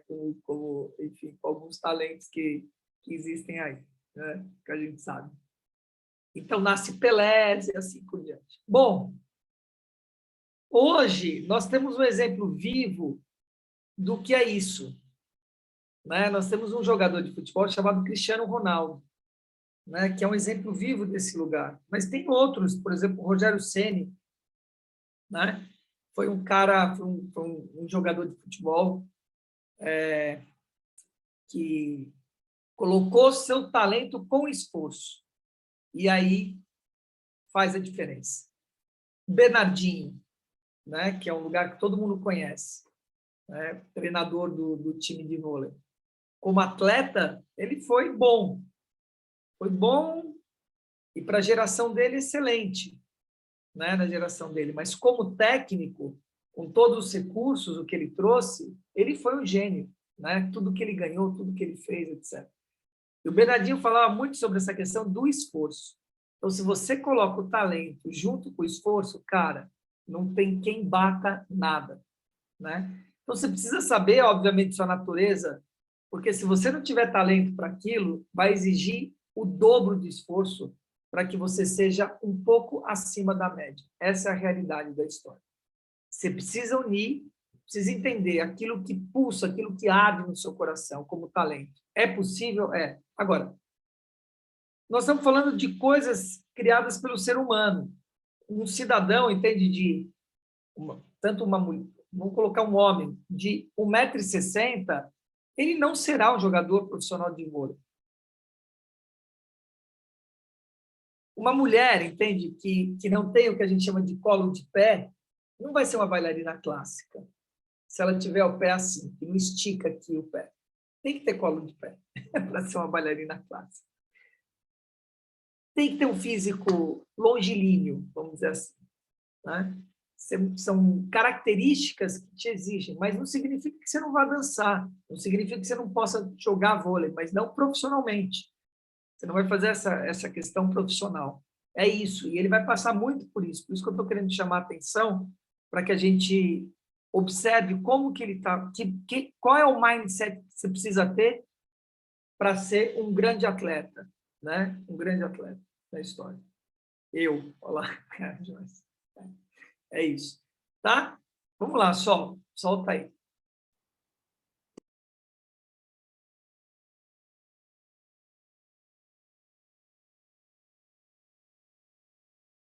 Essencial do beisebol tinha muito mais a ver com técnica do que com talento. Armado com esses insights, e na função de gerente geral da equipe dos Oakland Athletics em 2002, Biani levou sua equipe a 103 vitórias naquela temporada, conquistando o campeonato da divisão e quase quebrando o recorde de vitórias consecutivas da Liga Americana. A equipe tinha a folha de pagamento mais reduzida do beisebol. Não compravam talento, e sim mindset. A noção de talento nato. Quase como na prestidigitação. A dotação física não é como os dotes intelectuais. É visível. Tamanho, robustez e agilidade são coisas aparentes. A prática e o treino são também visíveis e produzem resultados visíveis. Você poderia pensar que isso derrubaria o mito do talento nato. Podemos ver Muggsy Bogues jogando basquete na NBA com apenas 1,57 metros de altura, ou Doug Flutie, o franzino quarterback que jogou nos Patriots da Nova Inglaterra e nos Chargers de San Diego. Podemos ver Pat Gray, o jogador de beisebol que só tinha um braço e que chegou às divisões superiores. Ben Hogan, um dos maiores golfistas de todos os tempos, era completamente desajeitado. Dwayne Cunningham, o grande corredor, tinha as pernas horrivelmente queimadas e danificadas. Larry Bird era muito pouco ágil. Podemos ver atletas de baixa estatura, desajeitados ou até mesmo deficientes que triunfam, e espécimes quase divinos que não conseguem. Isso não deveria nos dizer alguma coisa? Os especialistas no boxe confiavam nas medidas do físico, a que chamavam a voz da fita métrica, a fim de identificar o talento nato. Mediam o punho, a envergadura, a expansão do tórax e o peso dos lutadores. Muhammad Ali não preenchia as medidas consideradas ideais. 6 não era um talento nato. Tinha grande velocidade, mas não possuía o físico nem a força e os movimentos clássicos de um grande lutador. Na verdade, lutava boxe de forma completamente errada. Não bloqueava os socos do adversário com os braços e os cotovelos. Batia como um amador. Mantinha o queixo exposto. Recuava o torso para escapar ao impacto dos golpes do contendor, o que, segundo José Torres, era como alguém que no meio dos trilhos procurasse evitar o impacto de um trem que vinha em sua direção, não passando para um lado ou outro da linha, e sim correndo para trás. 7 Sonny Liston, adversário de Ali, possuía realmente um talento nato. Tinha tudo: tamanho, força e experiência. Sua potência era lendária. Era inimaginável que Ali pudesse vencer Sonny Liston. O combate era tão ridículo que na hora da luta a ocupação na arena estava pela metade. Mas, além da agilidade, o brilho de Ali estava na mente. Estava em seu cérebro, e não em sua força muscular. Ele avaliou o adversário e tratou de atacar sua jugular mental. Não apenas estudou o estilo de luta de Liston, mas também observou cuidadosamente que tipo de pessoa ele era fora do ringue. Li todas as entrevistas dele que pude. Conversei com pessoas que tinham estado com ele ou com quem ele tinha conversado. Ficava deitado na cama ligando todos aqueles fios, tentando compreender como funcionava a mente dele. Em seguida, usou tudo isso contra ele. 8 porque Ali parecia ficar doido antes de cada luta, porque, segundo Torres, ele sabia que um soco que provoca o nocaute é um soco que não se vê de onde vem. Ali disse: Liston precisava acreditar que eu era louco. 9 que eu era capaz de fazer qualquer coisa. Ele só via minha boca falando, e eu queria que ele não visse nada mais. Flutuar como borboleta, desferroar, como abelha, suas mãos não podem atingir o que seus olhos não veem. A vitória de Ali contra Liston faz parte dos anais do boxe. Um famoso agente de pugilistas assim refletiu sobre Ali. Ele era um paradoxo. Seu desempenho físico no ringue era completamente errado, mas sua cabeça sempre estava em perfeitas condições de funcionamento. Ele nos mostrava, continuou, com um amplo sorriso no rosto, que as vitórias vêm daqui, e batia na testa com o dedo indicador. Depois ergueu os punhos fechados, acrescentando, e não daqui. 11. Isso não mudou a opinião das pessoas a respeito da dotação física. Não, hoje olhamos para Ali com os olhos da experiência e vemos o corpo de um grande lutador. Sem dúvida, além de tudo tinha verve e compunha versos divertidos, mas ainda achamos que sua grandeza estava em seu físico. E não compreendemos porque os especialistas não perceberam essa grandeza logo no começo. Michael Jordan 12. Michael Jordan tampouco foi um talento nato. Talvez tenha sido o atleta mais dedicado da história do esporte. Todos sabem que ele foi cortado da seleção de basquete do ensino médio, e hoje ridicularizamos o técnico que o recusou. Não foi recrutado pela universidade onde queria jogar, Universidade da Carolina do Norte. Bem, eles foram tolos. Não foi chamado para as duas primeiras equipes da NBA que poderiam tê-lo convocado. Que erro. Como hoje sabemos que ele foi o maior jogador de basquete de todos os tempos, achamos que isso deveria ter sido evidente desde o início. Quando olhamos para ele, vemos Michael Jordan. Mas naquele tempo, ele era apenas Michael Jordan. Quando foi cortado da equipe da escola, ficou arrasado. A mãe dele conta. Eu lhe disse que voltasse lá e que fosse disciplinado. 3. Só pausa. Tem um documentário do Michael Jordan na Netflix que vale muito a pena ver para modelar, para entender o que é que ele está falando aqui. O esforço do cara, da onde ele veio, o que ele fez, o foco do cara, é simplesmente incrível, né? Hoje, Jordan, por exemplo, é um que está no meu círculo integrativo. Todo dia, né, eu vejo o Jordan dentro de mim. Eu modelo o Jordan. Tá? Só para vocês terem uma ideia disso. Porque tem arquétipos ali muito incríveis. Tá? Então, eu super recomendo esse... É um documentário em 6 capítulos. Cara, não dá vontade de parar. Assistir um atrás do outro. 13 e ele a ouviu. Saía de casa às 6 da manhã para treinar antes das aulas. Na Universidade da Carolina do Norte, trabalhou constantemente para aperfeiçoar suas fraquezas, o jogo defensivo, o manuseio da bola e os arremessos à cesta. O técnico ficou espantado com a disposição dele de se dedicar com mais empenho do que qualquer outro jogador. Uma vez, depois que a equipe perdeu o último jogo da temporada, Jordan foi treinar arremessos à cesta durante horas. Já estava se preparando para o ano seguinte. Mesmo no auge de seu sucesso e fama, depois que se transformou em um atleta genial, sua obstinação nos treinos se tornou lendária. John Barr, ex-técnico assistente dos Chicago Bulls, dizia que ele era um gênio que quer sempre melhorar sua genialidade. 14 para Jordan. O sucesso vem da mente. 15. A solidez mental e o coração são muito mais fortes do que algumas das vantagens físicas que se possam ter. Eu sempre disse isso e sempre acreditei nisso. Mas outras pessoas não. Olham para Michael Jordan e veem a perfeição física que inevitavelmente o levou à grandeza. Baby Ruth. E o que dizer de Baby Ruth? Bem, ele certamente não era um espécime de perfeição física humana. Era um homem de famoso apetite e uma barriga gigantesca, que aparecia por baixo do uniforme de sua equipe, os Yankees. Mas isso não faz dele ainda mais um talento nato. Não era ele alguém que passava a noite se divertindo e no dia seguinte chegava a seu posto de rebatedor e acertava alguns home runs? Mas Baby tampouco tinha talento nato. 16 no início de sua carreira profissional. Não era um rebatedor tão excepcional assim. Tinha muita força que vinha de sua entrega total cada vez que girava o taco. Quando acertava, era de tirar o fôlego, mas era muito irregular. É verdade que era capaz de consumir quantidades assustadoras de bebida alcoólica e outras tantas de comida. Depois de uma enorme refeição, comia uma torta inteira ou mais de sobremesa. Mas também conseguia se controlar quando precisava. Durante vários invernos, ele se exercitava no período de intervalo da temporada, a fim de entrar em forma. De fato, depois da temporada de 1925, quando ele parecia acabado, dedicou-se com todas as forças a recuperar a forma, e conseguiu. De 1926 a 1931, seu índice de acertos com o taco foi de 0,354, com a média de 50 home runs por ano e 155 runs batted in. Disse seu biógrafo, Robert Kramer. Ruth deu a mais notável demonstração de consistência em acertos que o beisebol jamais viu. Das cinzas de 1925, Baby Ruth subiu como um foguete. 17 Tudo por causa da disciplina. Ele também adorava treinar. De fato, quando foi jogar no time dos Red Sox de Boston, os veteranos reclamaram porque ele queria treinar todos os dias. Não era um novato, era novato como arremessador. Quem ele pensava que era, querendo treinar com o taco? Certa vez, já no final da sua carreira, foi advertido e expulso de um jogo. Isso foi grave, mas também foi barrado dos treinos, e isso realmente o aborreceu. Y. Cobb argumenta que jogar como arremessador ajudou Baby Ruth a desenvolver sua atacada. Porque ser arremessador aperfeiçoaria sua batida. Ele fazia experiências na posição de arremessador, diz Cobb. 18. Ninguém se incomoda quando um arremessador perde as 3 jogadas ou manda mal como rebatedor, e por isso ele podia fazer um giro amplo com o corpo. Se errasse, não tinha importância. À medida que o tempo passava, aprendeu a controlar o giro cada vez mais e a acertar a bola com o taco. Quando se tornou o fielder em tempo integral, estava pronto. Mesmo assim, costumamos concordar com o que Stephen Jay Gould chama a opinião comum de que os jogadores de beisebol nada mais são do que montanhas de carne, que exibem com naturalidade e sem esforço o talento com que a natureza os dotou. 19. As mulheres mais velozes da Terra.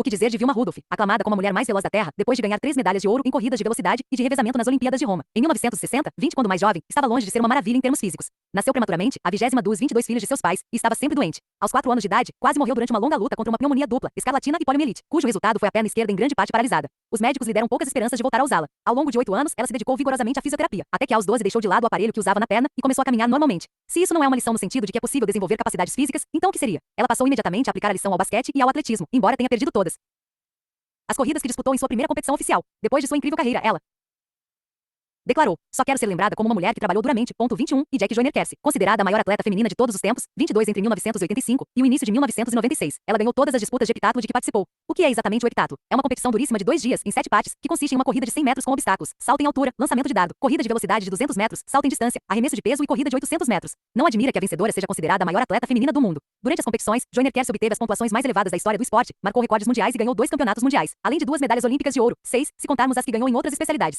Era um talento nato? Sem dúvida possuía talento, mas quando começou no atletismo durante algum tempo ficou entre os últimos lugares. Quanto mais se esforçava, mais veloz se tornava, porém mesmo assim não ganhou competições. Finalmente começou a vencer. O que mudou? Alguns podem atribuir minha transformação às leis da hereditariedade, mas creio que foi minha recompensa por todas aquelas horas de trabalho nas trilhas dos campos, nas calçadas do meu bairro e nos corredores da escola. Compartilhando o segredo de seu contínuo sucesso, diz ela: "Quando me vejo melhorando, há algo que me motiva e me cita. 23 Ainda me sinto assim, depois de 6 medalhas olímpicas e 5 recordes mundiais. E já era assim quando eu estava nos primeiros anos do curso secundário, começando a entrar em competições de atletismo. Ganhou as 2 últimas medalhas, um campeonato mundial e uma medalha olímpica, em meio a uma crise de asma e a uma séria e dolorosa contusão no tendão da perna. Não era o talento nato em ação, era o mindset dando a última palavra. Os talentos naturais não deviam precisar fazer esforço." Você sabia que antigamente se acreditava não ser possível fazer um treinamento físico para o golfe, e que, se você fizesse exercícios para ficar mais forte, perderia o toque 24. Isso até que apareceu Tiger Woods, com seu programa de exercícios e treinamentos agressivos, e ganhou todos os torneios que havia. Em algumas culturas, aqueles que tentaram ir além de seu talento nato por meio de treinamento receberam firme desaprovação. As pessoas achavam que era preciso aceitar a situação de cada um na vida. Essas culturas teriam odiado Maury Wills. Era um ambicioso jogador de beisebol dos anos 1950, 60 que sonhava jogar nas categorias superiores. 25 O problema era que sua tacada não era boa, e assim, ao ser contratado pelos Dodgers, foi mandado para as divisões inferiores. Orgulhosamente, anunciou aos amigos: "Em 2 anos estarei em Brooklyn, jogando com Jack Robinson." 26 Estava enganado. Apesar de sua previsão otimista e rigorosos exercícios diários, passou 8 anos meio mofando nas ligas secundárias. Quando já haviam passado 7 anos e meio, o administrador da equipe sugeriu que ele fosse jogar na posição de rebatedor, dizendo a Wills: "Você já tem 7 anos e meio de decepções e nada tem a perder." 27 Pouco depois, quando um jogador da posição de shortstop asterisco quebrou um dedo do pé, Wills foi chamado. Sua oportunidade chegará. Sua batida ainda não era boa o bastante, mas sem desistir, foi pedir auxílio ao técnico da primeira base. Ambos trabalharam juntos várias horas por dia, além do treinamento normal de Wills. Nada, ainda. Até mesmo tenaz, Wills estava disposto a desistir, mas o técnico recusou-se a parar com o treinamento. Agora que a parte mecânica estava pronta, ele precisava trabalhar a mente. Começou a rebater bem, e graças à sua alta velocidade começou a roubar bases. Estudou a forma pela qual os jogadores adversários arremessavam as bolas, verificando qual era o melhor momento para tentar roubar uma base. Desenvolveu rapidez para iniciar subitamente as corridas e técnicas de carrinho com as pernas. Os roubos de bases distraíam os lançadores, perturbavam os recebedores e inflamavam os torcedores. Wills progrediu até quebrar o recorde de Tapson Cobbs em número de bases roubadas, que permanecerá não alcançado durante 47 anos. Naquela temporada, ele foi considerado o melhor jogador da Liga Nacional Key dos esportes. Você poderia pensar que o mundo dos esportes deveria conhecer a relação entre a prática e o aperfeiçoamento, entre a mente e o desempenho, e deixar de dar tanta importância ao talento físico nato. Mas é quase como se recusasse a perceber. Talvez isso seja assim porque, como sugere Malcolm Gladwell, as pessoas dão mais valor aos dotes naturais do que à capacidade adquirida. Embora nossa cultura mencione muito o esforço individual e o autoaperfeiçoamento, no fundo, argumenta ele, reverenciamos o talento nato. Gostamos de pensar em nossos campeões e ídolos como super-heróis que nasceram diferentes de nós. Não gostamos de pensar neles como pessoas relativamente comuns que se tornaram extraordinárias por seu esforço. Por que não? Para mim isso é muito mais impressionante. Mesmo quando estão dispostos a reconhecer o papel da mente, os especialistas fazem questão de dizer que tudo é inato. Compreendi isso com todas as letras quando encontrei um artigo sobre Marshall Faulk, o grande running back da equipe de futebol americano dos Rams de St. Louis. Faulk acabará de se tornar o primeiro jogador a conquistar 2.000 jardas em corrida e em passes juntos, em 4 temporadas consecutivas. 28. O artigo, escrito na véspera do Super Bowl de 2002, falava da extraordinária habilidade de Faulk para saber onde estava cada jogador no campo, mesmo no caótico redemoinho de 22 homens correndo e caindo. Ele não somente sabe onde estão, mas também sabe o que estão fazendo e o que estão prestes a fazer. Segundo seus colegas de equipe, ele nunca se engana. Incrível. Como pode fazer isso? Segundo o relato de Faulk, ele passou muitos anos assistindo a jogos de futebol. No tempo da escola secundária, chegou a conseguir um trabalho que detestava, como vendedor ambulante no estádio, para poder assistir às partidas dos profissionais. Enquanto observava, sempre fazia a pergunta: por quê? Por que vamos fazer essa jogada? Por que estamos atacando dessa forma? Por que o adversário está fazendo isso? Por que estão fazendo aquilo? Essas perguntas, diz Faulk, basicamente me envolveram mais profundamente no futebol. Como profissional, ele nunca deixou de perguntar por que e de investigar cada vez mais profundamente o funcionamento do jogo. Sem dúvida, o próprio Faulk considera sua capacidade produto de sua insaciável curiosidade e estudo. Como veem isso os jogadores e os técnicos? Como domingo, Marshall tem um QI mais alto do que qualquer jogador com quem já joguei, diz um veterano companheiro de equipe. Outros colegas descrevem sua habilidade para reconhecer com precisão o posicionamento defensivo do adversário, como o dom de um sábio. Admirado com a gama de suas habilidades, um técnico explicou: é preciso uma inteligência futebolística inata para conseguir fazer isso tudo. Caráter. Mas será que não existem talento nato, atletas que realmente pareçam possuir algo mais desde o começo? Sim, e assim como aconteceu com Billy Biani e John McEnroe, isso às vezes é uma maldição. Com todos os elogios a seu talento e com o pouco que tem de trabalhar ou se esforçar, é fácil cair em um mindset fixo. Bruce Jenner, medalhista de ouro no decathlon nas Olimpíadas de 1976, diz: se eu não fosse disléxico, provavelmente não teria conquistado uma medalha olímpica. Se tivesse sido melhor na leitura, talvez tudo tivesse sido mais fácil, talvez os esportes fossem mais fáceis, e eu nunca teria percebido que a maneira de progredir na vida é o trabalho árduo. Ponto 29. Os talentos natos, elevados com sua superioridade, não aprendem a se esforçar nem a lidar com os reveses. Essa é a história de Pedro Martinez, o brilhante arremessador que jogava nos Red Sox de Boston e que se autodestruiu justamente quando mais precisavam dele. Mas a história vai além, é uma história sobre caráter.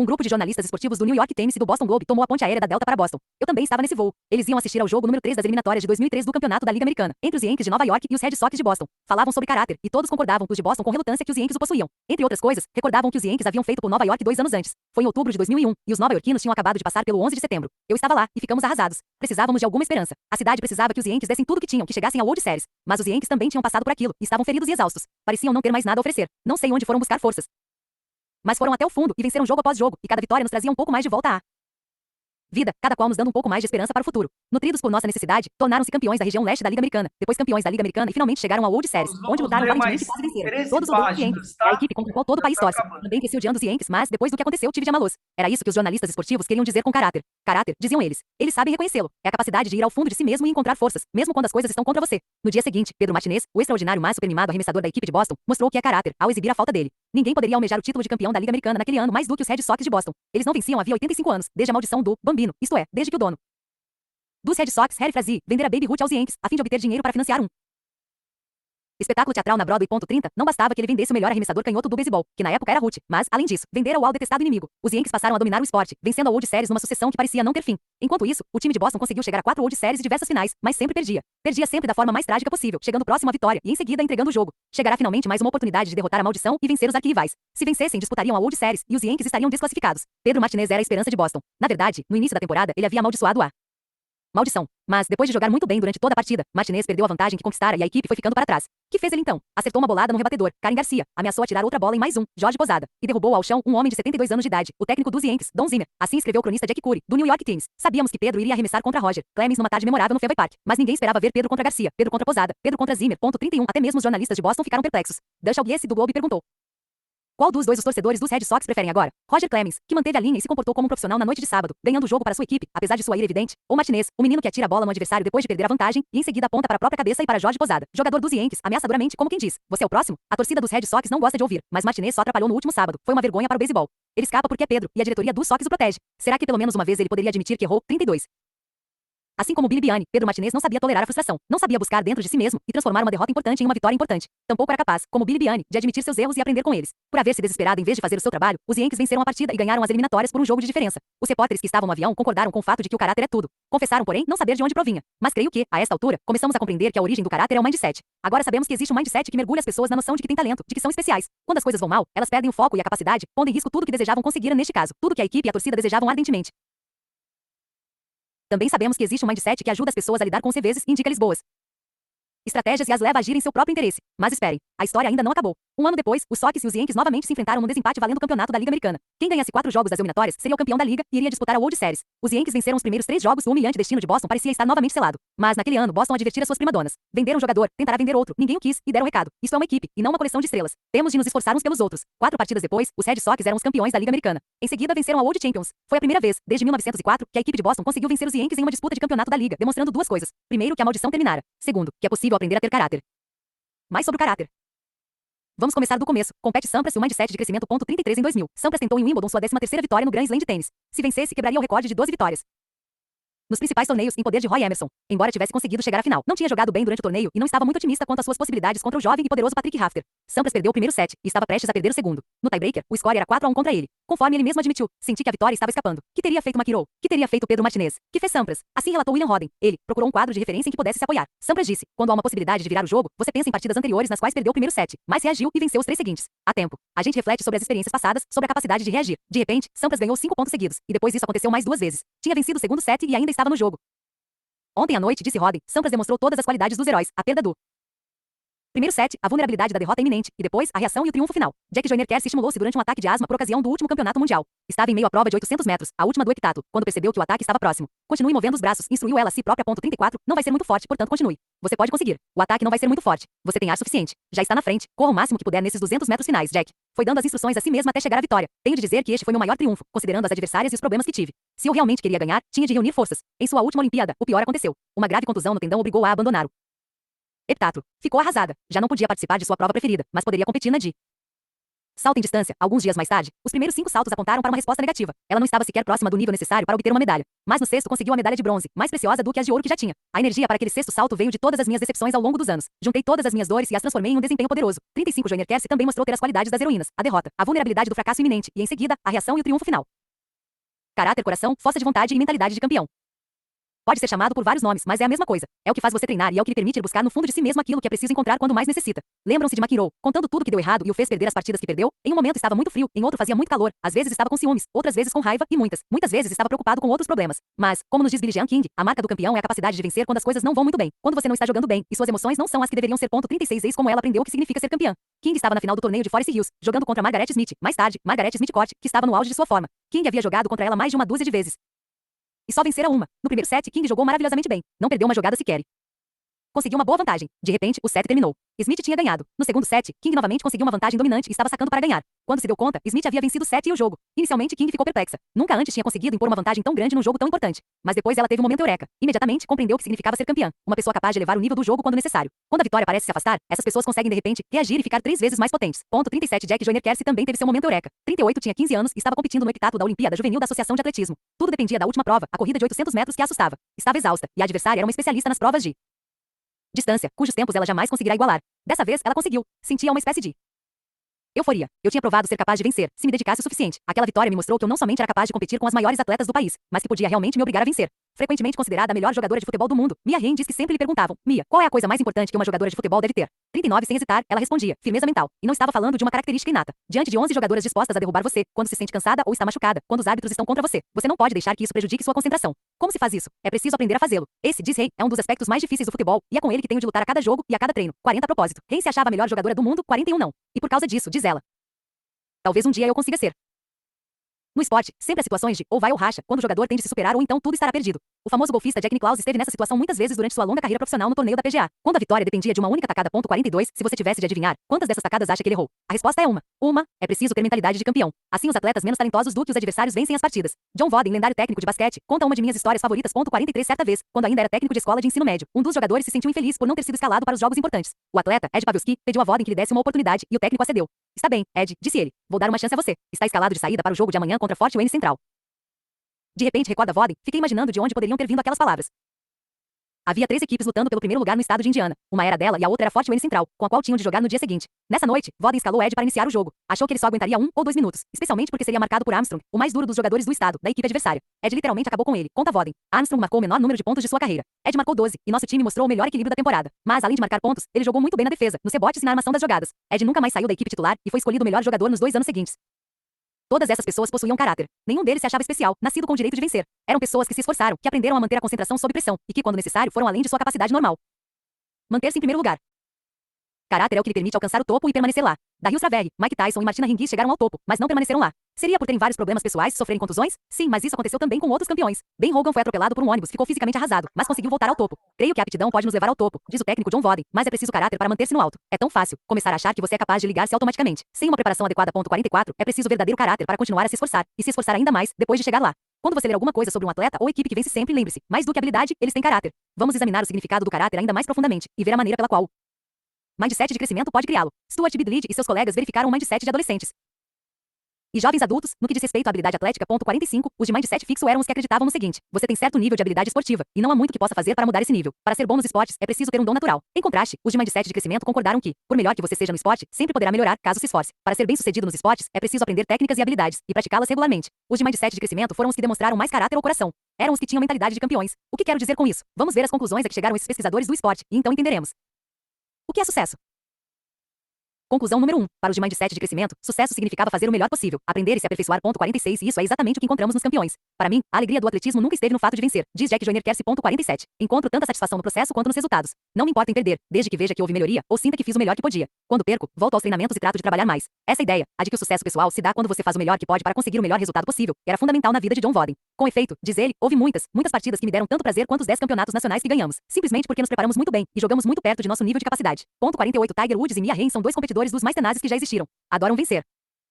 Mas para eles, o mais importante é o esforço que fizeram, mesmo quando não venceram. Podem se orgulhar disso. McIlroy e Biani não. Depois do torneio de Masters de 1998, Woods ficou decepcionado por não haver repetido a vitória do ano anterior, mas sentiu-se bem por terminar entre os 10 primeiros. Minha toalha ficou realmente molhada durante a semana. Estou muito feliz pela maneira como consegui esse resultado. 49. Ou então, no torneio aberto da Grã-Bretanha, no qual ficou em terceiro. Às vezes, a gente fica mais satisfeito com o resultado quando as coisas não saem completamente perfeitas, quando a gente não está fazendo um bom swing. 50. Tiger é um homem altamente ambicioso. 51. Quer ser o melhor, até mesmo o melhor de todos os tempos. Mas o mais importante é eu ser o melhor que possa. Mia Hamm nos diz, depois de qualquer jogo ou treino, se você sair de campo sabendo que deu tudo o que podia, sempre será vencedor. 52. Porque o país se apaixonou pela equipe dela. Viram que realmente amamos o que fazemos, que damos tudo o que temos umas às outras e a cada partida. 53. Para as pessoas de mindset fixo, o sucesso tem a ver, pura e simplesmente, com a afirmação de sua superioridade. Ser alguém que vale mais do que todos os ninguéms. Houve uma época, confesso, diz McIlroy, em que eu me sentia tão grande que quase não conseguia passar pelas portas. 54. Onde estão as palavras a respeito do esforço e da satisfação de ser o melhor para si mesmo? Não aparecem. Algumas pessoas não gostam de ensaiar, só querem representar. 55. Outros gostam de treinar 100 vezes antes de jogar. Eu pertenço ao primeiro grupo. Lembre-se, no mindset fixo o esforço não é motivo de orgulho. É algo que levanta dúvidas sobre o talento. O que é fracasso?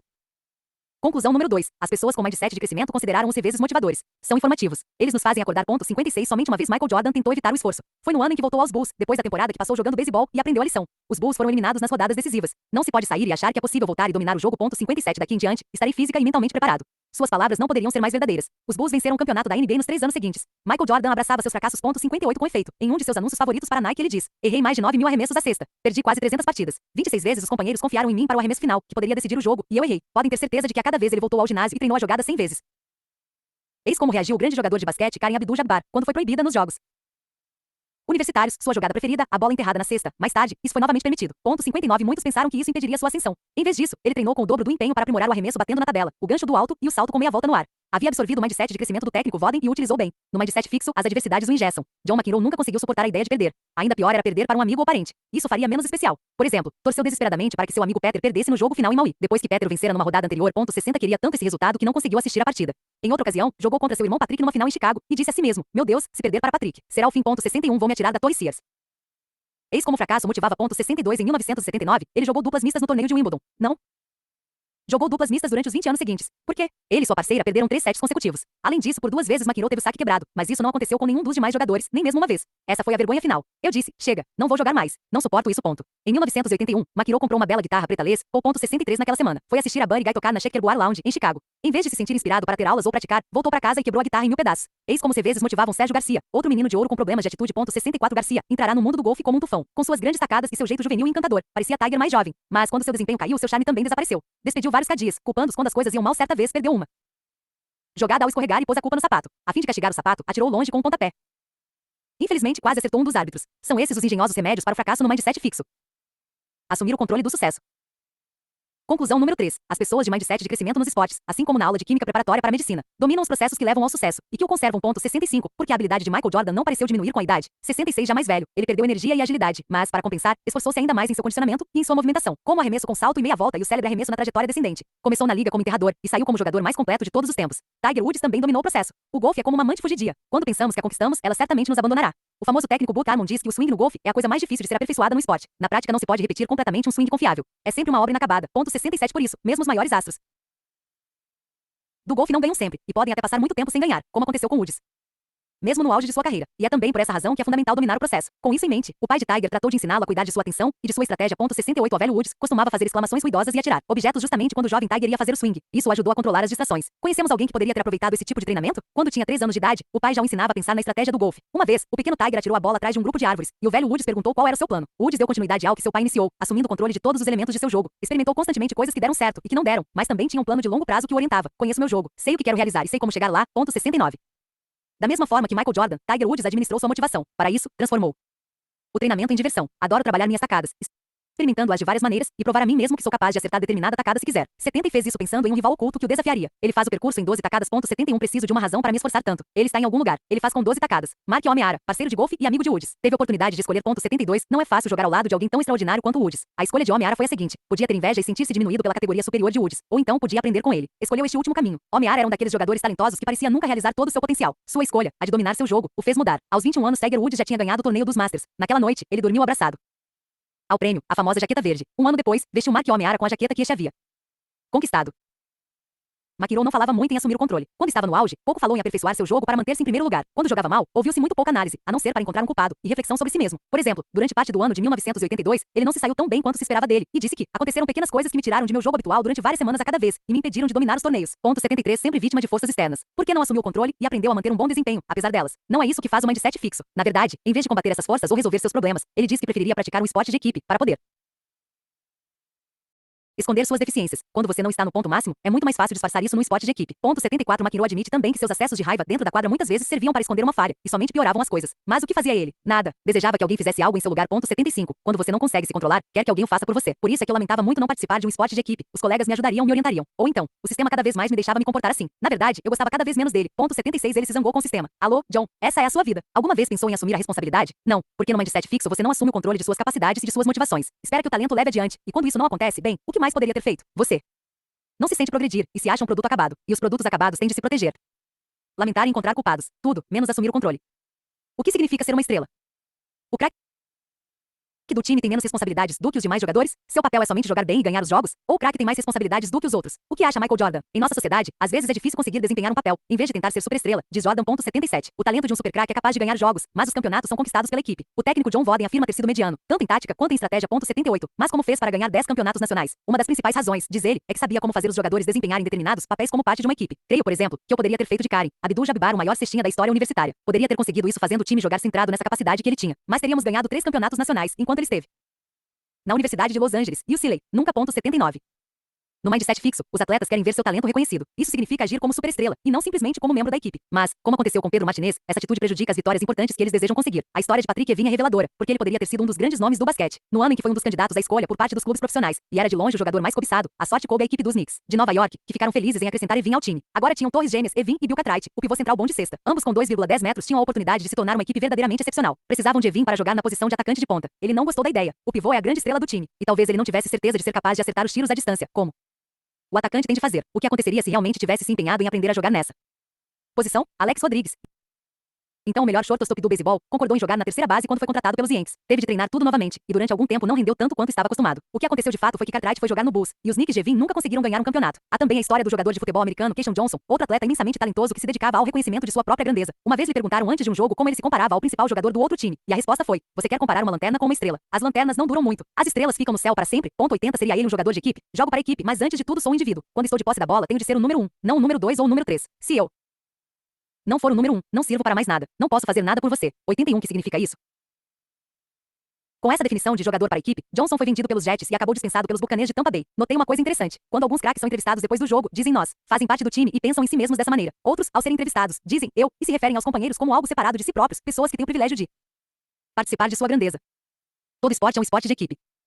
Na verdade, praticamente todos os esportes são, de certa forma, esportes de equipe. Até mesmo nos esportes individuais, como tênis ou golfe, os grandes atletas possuem uma equipe. Técnicos, treinadores, cadias, gerentes, mentores. Compreendi isso quando li a respeito de Diana Niad, detentora do recorde feminino de natação em mar aberto. Que esporte poderia ser mais solitário do que a natação? Bem, talvez você precise de um barco a remo para acompanhá-lo e certificar-se de que tudo vai bem. Quando Niad traçou seu plano, o recorde de natação em mar aberto, tanto para homens quanto para mulheres, era de 96 km. 82 Ela queria chegar a 160. Depois de meses de trabalho árduo, considerou-se pronta, mas foi acompanhada por uma equipe de assistentes para medir os ventos, as correntes e alertar para obstáculos, mergulhadores que procuravam tubarões, especialistas da NASA que davam conselhos sobre nutrição e resistência física. Ela precisava de 1.100 calorias por hora e perdeu 13 quilos no trajeto, e treinadores que conversavam com ela durante incontroláveis calafrios, náuseas, alucinações e desespero. Seu novo recorde era de 165,957 km. Seu nome estava no livro dos recordes, mas para isso foram necessárias 51 outras pessoas ouvindo os mindsets.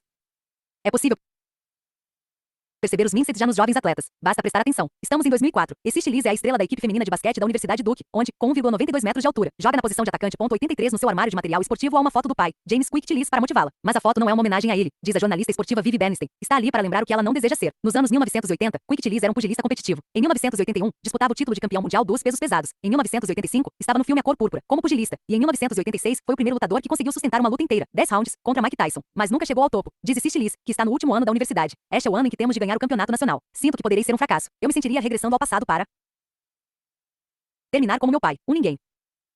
Ora, isso é a síndrome alguém ninguém. Se eu vencer, serei alguém. Se perder, serei ninguém. A raiva de Liz contra o pai pode ser justificada, porque ele a abandonou quando ela era criança. Mas esse modo de pensar acaba por prejudicá-la. Talvez ninguém mais possua essa combinação de tamanho físico, habilidade, rapidez e visão no basquete universitário feminino, diz Bernstein. Mas poucos diriam que Liz é melhor do que as duas melhores jogadoras do país, Diana Taurasi, de Connecticut, e Alana Beard, de Duke. O desempenho de Liz frequentemente desmente sua capacidade. O fato de que as pessoas tenham grandes expectativas em relação a ela e queiram que jogue melhor lhe causa frustração. Sinto-me como se tivesse de entrar na quadra e fazer um triplo dobrado, marcar 2 algarismos no total de pontos, nos rebotes e nos passes, enterrar a bola em 360 graus, saltar, girar completamente o corpo no ar e enfiar a bola na cesta de cima para baixo para que as pessoas digam: ora, ela não é tão ruim assim, ponto. Não creio que as pessoas desejem o impossível, mas simplesmente querem vê-la utilizar ao máximo seu grande talento. Creio desejarem que desenvolva a capacidade necessária para atingir seus objetivos. Preocupar-se em acabar sendo um ninguém não é a atitude que motiva e sustenta os campeões. Embora seja difícil, talvez Liz devesse admirar o pai por haver tentado triunfar, em vez de desprezá-lo por não haver conseguido. Ser alguém não depende de ganhar ou perder. É ser alguém que buscou a vitória com tudo que tinha. Se você se dedicar com todo o seu ser, e se Liz, não apenas nos jogos, mas também nos treinos, você já será alguém. Eis o outro mindset. Aos 17 anos, Candace Parker, com 1,87 metros, estava no último ano do ensino médio em Naperville, próximo a Chicago, ia jogar na equipe das Lady Vols no Tennessee, com a grande técnica Pat Summitt. 84. O pai de Candace é muito diferente do de Cis e lhe ensinou outra lição: se vocês se esforçarem, alguma coisa receberá de volta o esforço que empregou. Muitos anos antes, quando o pai era o técnico da equipe em que Candace jogava, ele perdeu a calma com ela durante um jogo de campeonato. Ela não estava saltando para pegar os rebotes, fazia arremessos de forma indolente, de longe, em vez de usar sua altura perto da cesta, e não se esforçava na defesa. Agora volte à quadra e trate de jogar direito. O que aconteceu então? Ela entrou, marcou 20 pontos no segundo tempo e conseguiu 10 rebotes. O outro time foi arrasado. Ele me incendiou, e eu sabia que ele tinha razão. Agora Candace é que se incendeia. Em vez de já estar satisfeita por ser uma estrela, ela procura melhorar cada vez mais. Ao voltar de uma cirurgia no joelho, sabia o que tinha de fazer: aperfeiçoar o sentido de tempo, os nervos e o fôlego. Quando viu que os arremessos de 3 pontos não estavam entrando, pediu ao pai que fosse ao ginásio para trabalhar com ela. Seja no basquete ou na vida cotidiana, diz ela, nada é garantido. Poucas semanas depois, as profecias dos Mindsets se tornavam realidade. Duas coisas aconteceram. Uma, infelizmente, é que a equipe de Liz foi eliminada do campeonato. A outra é que Candace Parker se tornou a primeira mulher na história a vencer o campeonato de enterradas na cesta, contra 5 homens. Caráter, coração e mentalidade de campeão. É isso que faz grandes atletas e é isso que surge do mindset de crescimento, com seu foco no desenvolvimento, na automotivação e na responsabilidade. Embora os melhores atletas sejam altamente competitivos e desejem ser os melhores, a grandeza não nasce do ego do mindset fixo, com sua síndrome alguém ninguém. Muitos atletas de mindset fixo podem ter sido talento nato, mas quer saber de uma coisa? Como diz John Wooden, já esquecemos a maioria deles. Desenvolva seu mindset. Há esportes em que você sempre se considerou incompetente? Bem, talvez você seja, talvez não. Não é algo que você possa saber sem ter se esforçado muito. Alguns dos melhores atletas do mundo não começaram como fenômenos. Se você tem paixão por um esporte, esforce-se para ver o que acontece. Às vezes, ter um dom fenomenal é uma maldição. Esses atletas permanecem no mindset fixo e não lidam bem com a adversidade. Há algum esporte em que tudo parecia fácil até que de repente você se chocou com uma barreira? Procure adotar um mindset de crescimento e tente novamente. Caráter é um conceito importante no mundo dos esportes e deriva do mindset de crescimento. Pense nas vezes em que você teve de buscar forças no fundo de si mesmo, em jogos difíceis. Pense nos campeões de mindset de crescimento mencionados neste capítulo e em como conseguem fazê-lo. O que você pode fazer da próxima vez para ter certeza de que seu mindset é de crescimento nos momentos de dificuldade? Os atletas de mindset de crescimento encontram o sucesso no aprendizado e no aperfeiçoamento e não apenas na vitória. Quanto mais você conseguir fazer isso, mais recompensas os esportes trarão para você e para seus companheiros. Asterisco: o jogador que se posiciona entre a segunda e a terceira base. NI. 5. Negócios. Ok.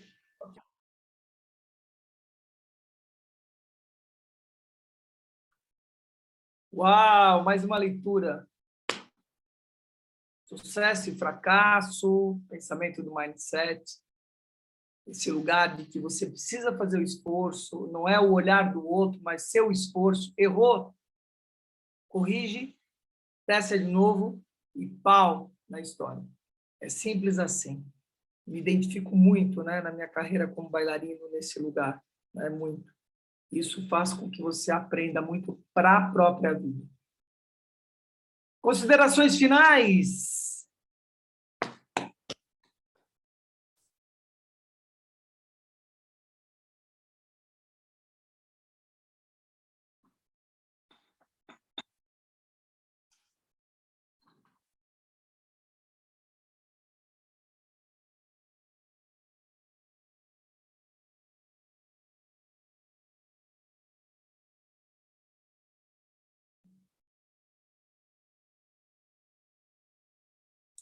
O grande sucesso não vem fácil, né? Vem consequência de muitos esforços, de muita paciência, resiliência e acreditar que é possível.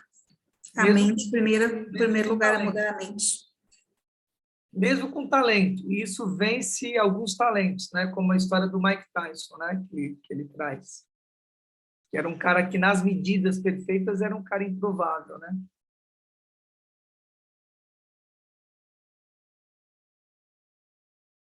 Cabeça boa, né? Acreditar, etc. E esforço.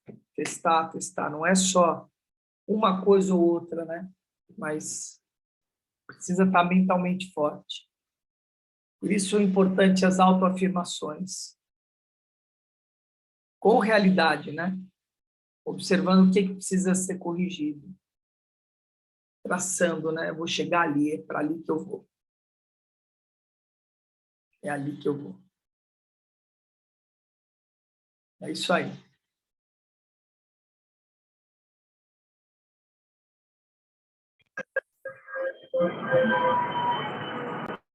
Mais alguém? Considerações finais? Luciana, Priscila, Rosângela, Sara, Juramar, Joyce, que chegou de volta. O silêncio é uma prece.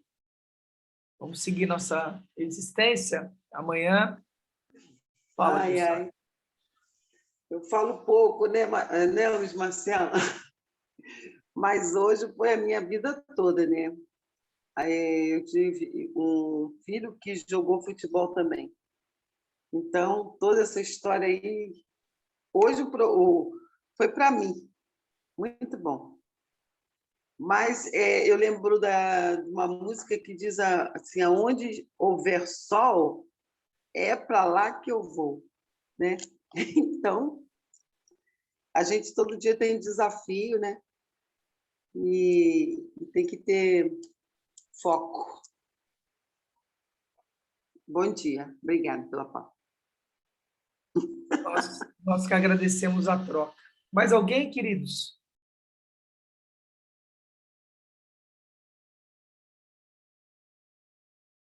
Lembre em trazer o verbo. Lembre em trazer o verbo, é importante, escrito ou falado, refletindo sobre os erros cometidos e o que eu tenho que melhorar. Então, tire a questão de erro e acerto, né, por adequado ou inadequado, né, as coisas inadequadas, assim, coisas que falharam e precisam ser corrigidas, né, porque esse lugar do erro e do acerto é do certo e do errado, né, e a gente sabe que não existe esse lugar. É só testar e corrigir, porque senão vem essa síndrome da perfeição aí na história. É isso aí. Bem. Tá bom, queridos. Então, muito bom. A gente se vê amanhã, então, às 5h14 da manhã. Estou falando sobre a questão da criação, a liderança da criação, né? No YouTube, no meu canal do YouTube. 5h14, programa sobre liderança. São 19 minutos que eu falo. E essa semana eu estou falando sobre a liderança da criação, da criatividade, de como você cria esse lugar. Semana que vem sobre a inspiração, vou falar durante as próximas 22 semanas, as 22 trilhas. Essa semana sobre a criação. Depois a aliança ativa, a aliança 559, vem a leitura e assim por diante. Ok, queridos? Fiquem atentos nas mídias sociais, que sempre solta uma pérola aí. Tá bom? Um beijo para vocês. Fiquem bem. Sintam a bênção que já é o dia. Tá? Tchau.